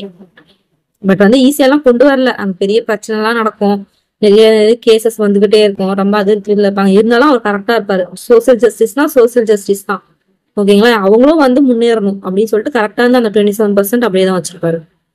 ஓகேங்களா, ஸோ அதான் சொல்றாங்க, some section of people and association oppose to this order file number of cases இந்த கோர்ட். அதே மாதிரி பாத்தீங்கன்னா 11 judges of Supreme Court heard argument of both sides and by the majority Supreme Court 1992 என்ன பண்றாங்க, Mandal commission valid தான் அப்படின்னு ஒரு தீர்ப்பு வந்து தடாலடியா சொல்றாங்க.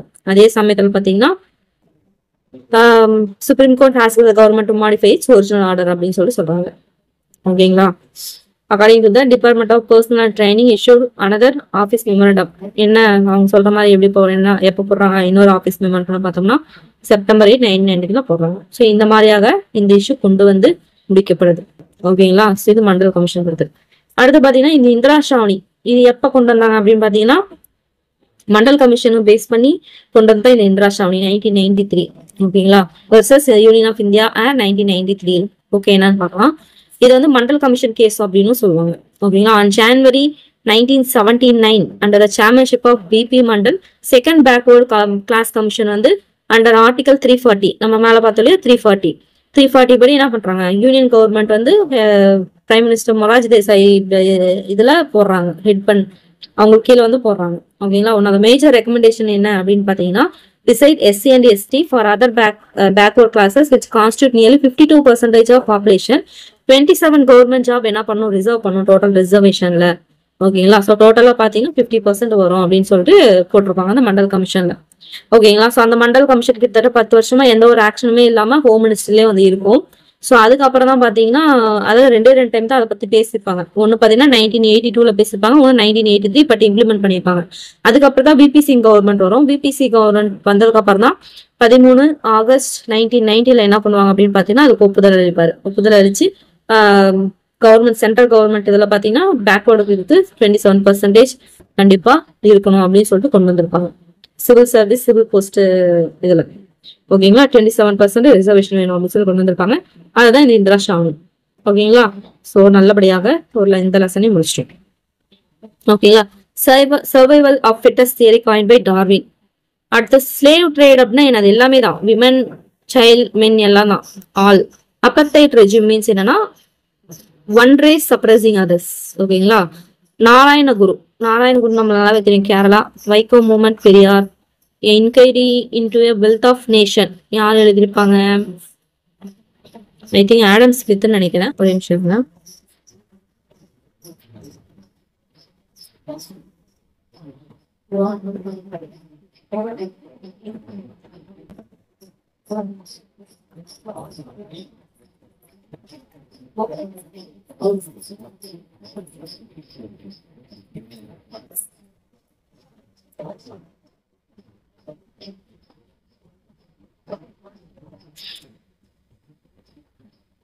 இந்த புக் பேக்லாம் நீங்க ட்ரை பண்ணுங்க. ஓகேங்களா. ஸோ எந்த அளவுக்கு ட்ரை பண்றீங்களோ அந்த அளவுக்கு உங்களுக்கு ஈஸி. ஓகேங்களா. சரி ஓகே.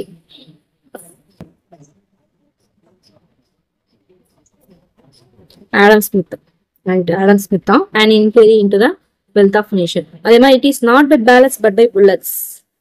இதை சொல்றது யாருன்னா நம்மளுக்கு ரொம்பவே ஒரு பரிச்சயமான ஒரு ஆள் தான், பகத்சிங்.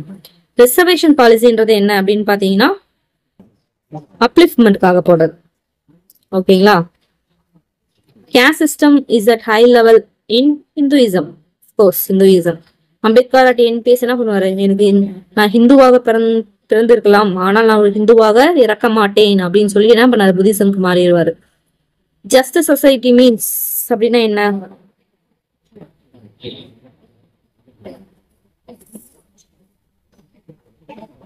ஜஸ்ட் சொசைட்டினா என்னன்னு வரும்? டிஸ்கிரிமினேஷன் இருக்கக்கூடாது, கேஸ்ட்லெஸ்ஸா இருக்கும், ரிலீஜியஸ்னா இருக்கும், எல்லாமே தான் வரும். ஆள் தான் நினைக்கிறேன், ஆள் தான் வரும். மண்டல் கமிஷன் எதுக்காக போட்டாங்க அப்படின்னா ஓபிசி. ஓகே. நான் Brahmins were appointed to government service in British India. Tamil representative was passed in the S. இது பாஸ் பண்ணதுக்கு அப்புறம் தான் நான் பிராமின்ஸ் எல்லாமே என்ன பண்ணாங்க, பிரிட்டிஷ் கவர்மெண்ட் சர்வீஸ்ல அப்பாயின்ட் பண்ண ஆரம்பிச்சாங்க. ஓகேங்களா. ஸோ ஆன்சர் வந்து பாத்தீங்கன்னா ஏ. ஓகேங்களா. அவ்வளவுதான். ஈஸியா தான் இருக்கும் புக் பேக்லாம். ஓகேங்களா. ரொம்ப கஷ்டமாலாம் இருக்காது. ஓகே அவ்வளவுதான். ஓகேங்களா. ஸோ சோசியல் ஜஸ்டிஸ் வந்து இதுதான். ஓகேங்களா. ஸோ கொஞ்சம் கதையாக தான் இருக்கும். ஸோ கொஞ்சம் உணர்ச்சி வசமயமா இருக்கும்னு நான் பேசினது. பட் ரொம்ப இம்பார்ட்டண்டான நிறைய இது இருக்கும். ஓகேங்களா. அந்த கமிஷன் அந்த மாதிரிலாம் இருக்கு இல்லையா, அது மற்றதுக்கு முன்னாடி இருக்கிறதுல கொஞ்சம் லாஜிக்கலா திங்க் பண்ற மாதிரி இருக்கும். கொஞ்சம் ஒரு 4-5 ஆர்டிகல்ஸ் இருக்கும். ஓகேங்களா. சரி ஓகே. ஸோ சோசியல் ஜஸ்டிஸ் வந்து நம்ம முடிச்சிட்டோம்.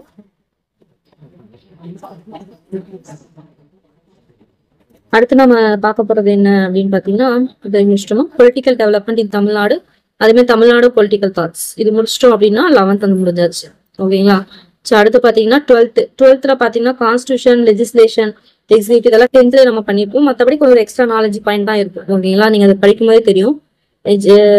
இந்தியன் ஜுடிஷியரி இந்த கான்ஸ்டியூஷன்லாம் நம்ம முடிச்சிட்டோம் அதுவும் சொல்ல போனா. ஓகேங்களா. அது வந்து அது நீங்க பாத்துக்கோங்க. இது நீங்க இந்த நாளுமே நீங்க ஏற்கனவே சொல்லியிருக்கேன். ஸோ இதுல ஃபர்ஸ்ட் மட்டும் ஒரு பேராகிராஃப் மாதிரி வரும். ஃபர்ஸ்ட் அதுக்கு முன்னாடி எப்படின்னு சொல்லிட்டு நீங்க படிக்கும் போதே புரியும். ஓகேங்களா. அதனால அதை பார்த்து படிச்சுக்கோங்க. ஏன்னா ரொம்ப லென்த்தா போயிட்டே இருக்கும், ஃபுல்லா லெசன்ஸ் எல்லாம் போடணும் அப்படின்னா. ஓகேங்களா. அது பாத்துக்கோங்க.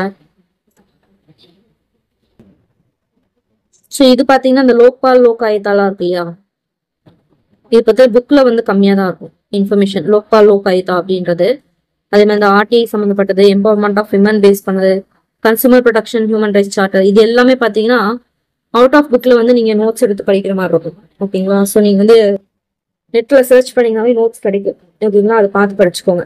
ஓகேங்களா. ஸோ மேக்ஸிமம் நான் 11th ஸ்டாப் பண்ணிக்க போறேன் பாலிட்டி.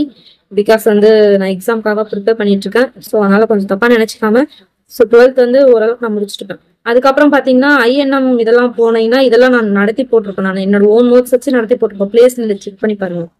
ஐஎன்எம் ஃபுல் நோட்ஸ் அப்படின்னு சொல்லி கொடுத்துருப்பேன். ஓகேங்களா, அது எல்லாமே இருக்கும். அதுக்கடுத்து பார்த்தீங்கன்னா 11th 12th ஒரு 2 லெசன் போட்டிருப்பேன். ஓகேங்களா, ஸோ இருக்கிறத யூஸ் பண்ணிக்கோங்க. மற்றபடி பார்த்தீங்கன்னா இதெல்லாம் 10th படிச்சது தான் அப்படியே திரும்ப திரும்ப வரும். கொஞ்சம் எக்ஸ்ட்ராவா இயர்ஸ் வந்து கொஞ்சம் எக்ஸ்ட்ராவா, மற்றபடி அதே தான் 10th நீங்க என்ன படிக்கிறீங்களோ அதே தான் வரும். ஓகேங்களா, ஸோ அதனால ஒன்றும் பயப்படுறதுக்கு ஒன்றுமே கிடையாது. அழகா நீங்க படிச்சுக்கலாம். அடுத்து ஹிஸ்ட்ரி அதே மாதிரி பார்த்தீங்கன்னா மொஹல்ஸ்க்கு முன்னாடி சுல்தான் வரைக்கும் முடிச்சிருக்கேன். ஸோ மொஹல்ஸ் மராத்தாஸ்லாம் டைரக்டான ஒரு ஃபேக்ட் தான். ஓகேங்களா, ஸோ அதனால ஒன்றும் பிரச்சனை இல்லை, பார்த்து படிச்சுக்கோங்க. ஓகேங்களா, ஸோ லோயர் கிளாஸஸ் வந்து நம்ம அதேதான் திரும்ப திரும்ப வரும். இந்த பீப்புள்ஸ் ரிவால்ட்டு அதெல்லாம் திரும்ப திரும்ப வரும். ஸோ அதை பார்த்து படிச்சுக்கோங்க. ஓகேங்களா, ஸோ டைம் இருக்கும்போது அப்பப்போ நான் போடுவேன். பட் இதுக்கு மேலே கொஞ்சம் கஷ்டம்தான். ஓகேங்களா, ஸோ ஜாகிரபி ஒன்றும் நடத்தி தெரிஞ்சுக்கிற அளவுக்கு அதில் ஒன்றும் கிடையாது. பாயிண்ட் வைஸ் ஸ்டேட்மெண்ட்ஸ் மாதிரி தான் இருக்கும். ஓகேங்களா, ஸோ இதுக்கு வந்து 5 மார்க் தான் வர வெயிட்டேஜ் கொடுத்துருக்காங்க இல்லையா. ஸோ அதனால வந்து கொஞ்சம் பாக்ஸ் ஐட்டம்ஸ்ல வந்து நல்லாவே கான்சன்ட்ரேட் பண்ணுங்க. ஃபர்ஸ்ட் பாக்ஸ் ஐட்டம்ஸ் ஃபுல்லா நல்லா தரவா முடிச்சிருங்க. முடிச்சுட்டு அப்புறம் லெசன் வைஸ் வந்து படிங்க. ஓகேங்களா, ஸோ அது இல்லாமல் இதுல வந்து இது இருக்கு இல்லையா, தமிழ்நாடு சம்மந்தப்பட்ட physical geography of Tamil Nadu, human geography of Tamil Nadu, I think unit 9ல யூனிட் 8ல வந்து கவர் ஆகும். ஓகேங்களா, ஸோ அதனால இது கன்ஃபார்ம் வந்து படிச்சிடணும். தரவா படிக்கணும் இது 2 லெசன். ஓகேங்களா, மற்றதெல்லாம் பார்த்தீங்கன்னா கொஞ்சம் ஓரளவுக்கு மெயினாக பாக்ஸ் ஐட்டம்ஸ், ஸ்மால் கிளாஸஸ்னாவே பாக்ஸ் ஐட்டம்ஸ்க்கு வந்து முக்கியத்துவம் கொடுப்பாங்க. ஓகேங்களா, ஸோ அடுத்து பார்த்தீங்கன்னா நான் இப்பவும் சொல்றேன், அது எக்கனாமிக்ஸ்லாம் பார்த்தீங்கன்னா நீங்க நெட்ல பாத்தீங்கன்னாவே நிறைய லெசன்ஸ் வந்து போட்டுட்டு இருக்காங்க. ஓகேங்களா, ஸோ நீங்க அதை பார்த்து நல்லாவே நோட் பண்ணி படிச்சுக்கோங்க. ஓகேங்களா, இங்கிலீஷ்லேயே போடுறாங்க. ஓகேங்களா, ஸோ ஒன்றும் பிரச்சனை இல்லை, பார்த்து படிச்சுக்கோங்க. ஓகேங்களா, ஸோ அதே மாதிரி இன்னும் நான் என்ன சொல்றேன் அப்படின்னு பார்த்தீங்கன்னா சயின்ஸ் வந்து தயவு செஞ்சு விட்டுட்டு போவாங்க. சயின்ஸு ஜியாகிரபி 5 மார்க் அப்படின்னா சொல்ற மாதிரி நிறைய பேர் என்ன வந்து என்ன சொல்றாங்கன்னா அதெல்லாம் கடைசியாக படிச்சுக்கலாம், இல்லை படிக்க வேணாம் அப்படின்ற மாதிரி சொல்லியிருப்பாங்க. கரண்ட் அஃபேர்ஸே வந்து ஒரு நிலையில்லாத கரண்ட் அஃபேர்ஸே நம்ம அப்படி அப்படி நினைக்காத போது சயின்ஸ் எக்கனாமி வந்து அந்த மாதிரி நினைக்க முடியுமா? சரி, சயின்ஸும் ஜியாகிரபியும் 5 மார்க் தனியும் தயவு செஞ்சு விட்டுறாதீங்க. இதுல முக்கியமானது என்ன அப்படின்ற மாதிரி பாத்துக்கோங்க. ஓகேங்களா, ஸோ ஃபார் எக்ஸாம்பிள் பாத்தீங்கன்னா இப்ப கரண்ட் அஃபேர்ஸ் இருக்குன்னா கரண்ட் அஃபேர்ஸ்ல ஒரு கொஸ்டின் போயிடுச்சுன்னா மீதி ஒரு 4 கொஸ்டின் இதுல இருந்து எடுப்பாங்க. அப்ப எப்படி ஒரு கெமிஸ்ட்ரில இருந்து 1, பிசிக்ஸ்ல இருந்து 1, பாட்னி ஜுவாலஜில இருந்து 1 அப்படின்ட்டு ஒரு 4 கொஸ்டின் எடுக்கிறாங்கன்னா கூட கெமிஸ்ட்ரி பாத்தீங்கன்னா ரொம்ப கம்மி இருக்கிறதுல. ஓகேங்களா, ஸோ ஃபர்ஸ்ட் கெமிஸ்ட்ரி வந்து முடிச்சிருங்க. ஃபார் எக்ஸாம்பிள் ஆசிட் பேஸ்ல இருந்து கண்டிப்பா ஒரு கொஸ்டின் கண்டிப்பா வந்து தான் ஆகும். ஓகேங்களா, கண்டிப்பா அது வந்து கேட்கறதுக்கு வாய்ப்பு இருக்கு. ஏன்னா மெயினான ஒரு இது. அதே மாதிரி ஹியூமன் ஹெல்த் அண்ட் டிசீஸ் அதே மாதிரி பாத்தீங்கன்னா ஒரு குறிப்பிட்ட இது மட்டும் செலக்ட் பண்ணி படிச்சுக்கோங்க. அப்படி அதுவுமே படிக்க முடியலையா, பாக்ஸ் ஐட்டம்ஸ் இருக்குல்ல அதை மட்டுமாச்சும் படிங்க. கண்டிப்பா அட்லீஸ்ட் ஒரு கொஸ்டினாச்சும் நீங்க போடுவீங்க. ஓகேங்களா, இந்த ஒரு விஷயத்தை யோசிச்சுக்கோங்க. நம்ம யூஸ் பண்ற ஒவ்வொரு மார்க்கும் நம்மள 10,000 பேருக்கு 1,00,000 பேருக்கு நம்மளுக்கு பின்னாடி கொண்டு போய் தரும். ஓகேங்களா, ஸோ ஒவ்வொரு மார்க்கும் முக்கியம் தான். 5 மார்க்கு தானே, 10 மார்க்கு தானே அப்படின்லாம் விட்டுறாதீங்க. ஓகேங்களா, ஸோ எந்த அளவுக்கு மற்றதுக்கு ப்ரிஃபரன்ஸ் கொடுக்கீங்க அதோட கொஞ்சம் கம்மியா ப்ரிஃபரன்ஸ் கொடுப்பாங்க. அதுக்காக அதை விட்டுட்டு போயிடாதீங்க. ஓகேங்களா, அதுக்காக அதுலயே டைம் ஸ்பெண்ட் பண்ணாதீங்க. ஓகேங்களா, ஸோ அப்பப்போ வந்து பாத்தீங்கன்னா இப்படி படிக்கிறீங்களா, ஸ்கெடியூல் போட்டான்னு படிக்கிறீங்க, ஒரு ஸ்கெடியூல் முடிக்கிறீங்களா, ஸோ முக்கியமான இது என்ன, இப்போ கெமிஸ்ட்ரி முடிக்கிறீங்களா, ஆசிட் அண்ட் பேஸா எடுத்து சும்மா அப்படியே ஒரு டைம் பாத்துருங்க. ஓகேங்களா, ஸோ அதுல வந்து நிறைய இன்ஃபர்மேஷன்லாம் ஒண்ணுமே இருக்காது, ஈஸியா சிம்பிளா தான் இருக்கும். ஓகேங்களா, ஸோ அதனால பாத்தீங்கன்னா ஈஸியாவே முடிச்சிடலாம், ரொம்ப பெருசாலாம் இருக்காது அது. ஓகேங்களா, அதுவே முடிச்சுட்டு வாங்க. ஓகேங்களா, சரி விட்டுறாதீங்க, ஒவ்வொரு மார்க்குமே நம்மளுக்கு முக்கியம் தான். ஓகேங்களா, அவ்வளவுதான் சொல்ல வந்தது, அவ்வளவுதான். ஸோ அதிகமா வந்து வீடியோஸ் வந்து எங்கிட்ட இருந்து இப்போ வராது. எக்ஸாமுக்கு ப்ரிப்பேர் பண்ணணும். ஸோ புரிஞ்சிருப்பீங்கன்னு நினைக்கிறேன். உங்களுக்கு இருக்க அதே தவிப்பு தான் எனக்கும் இருக்கும், புரியுதுங்களா? ஸோ வந்து பார்த்து படிங்க. ஓகேங்களா, ஸோ நெட்ல நான் எல்லாமே என்னோட சூப்பரா நடத்துறவங்க நிறைய பேர் இருக்காங்க. ஓகேங்களா, ஸோ போட்டு பாருங்க. ஓகேங்களா, சரி ஓகே, உங்களோட கருத்துக்களை கீழே கமெண்ட் பண்ணுங்க. அடுத்த வீடியோல மீட் பண்றேன். நல்ல ஒரு எதிர்காலத்தை மற்றவங்களுக்கும் கொடுப்போம், நம்மளும் அமைச்சுப்போம். ஓகேங்களா, ஆல் தி பெஸ்ட், பை.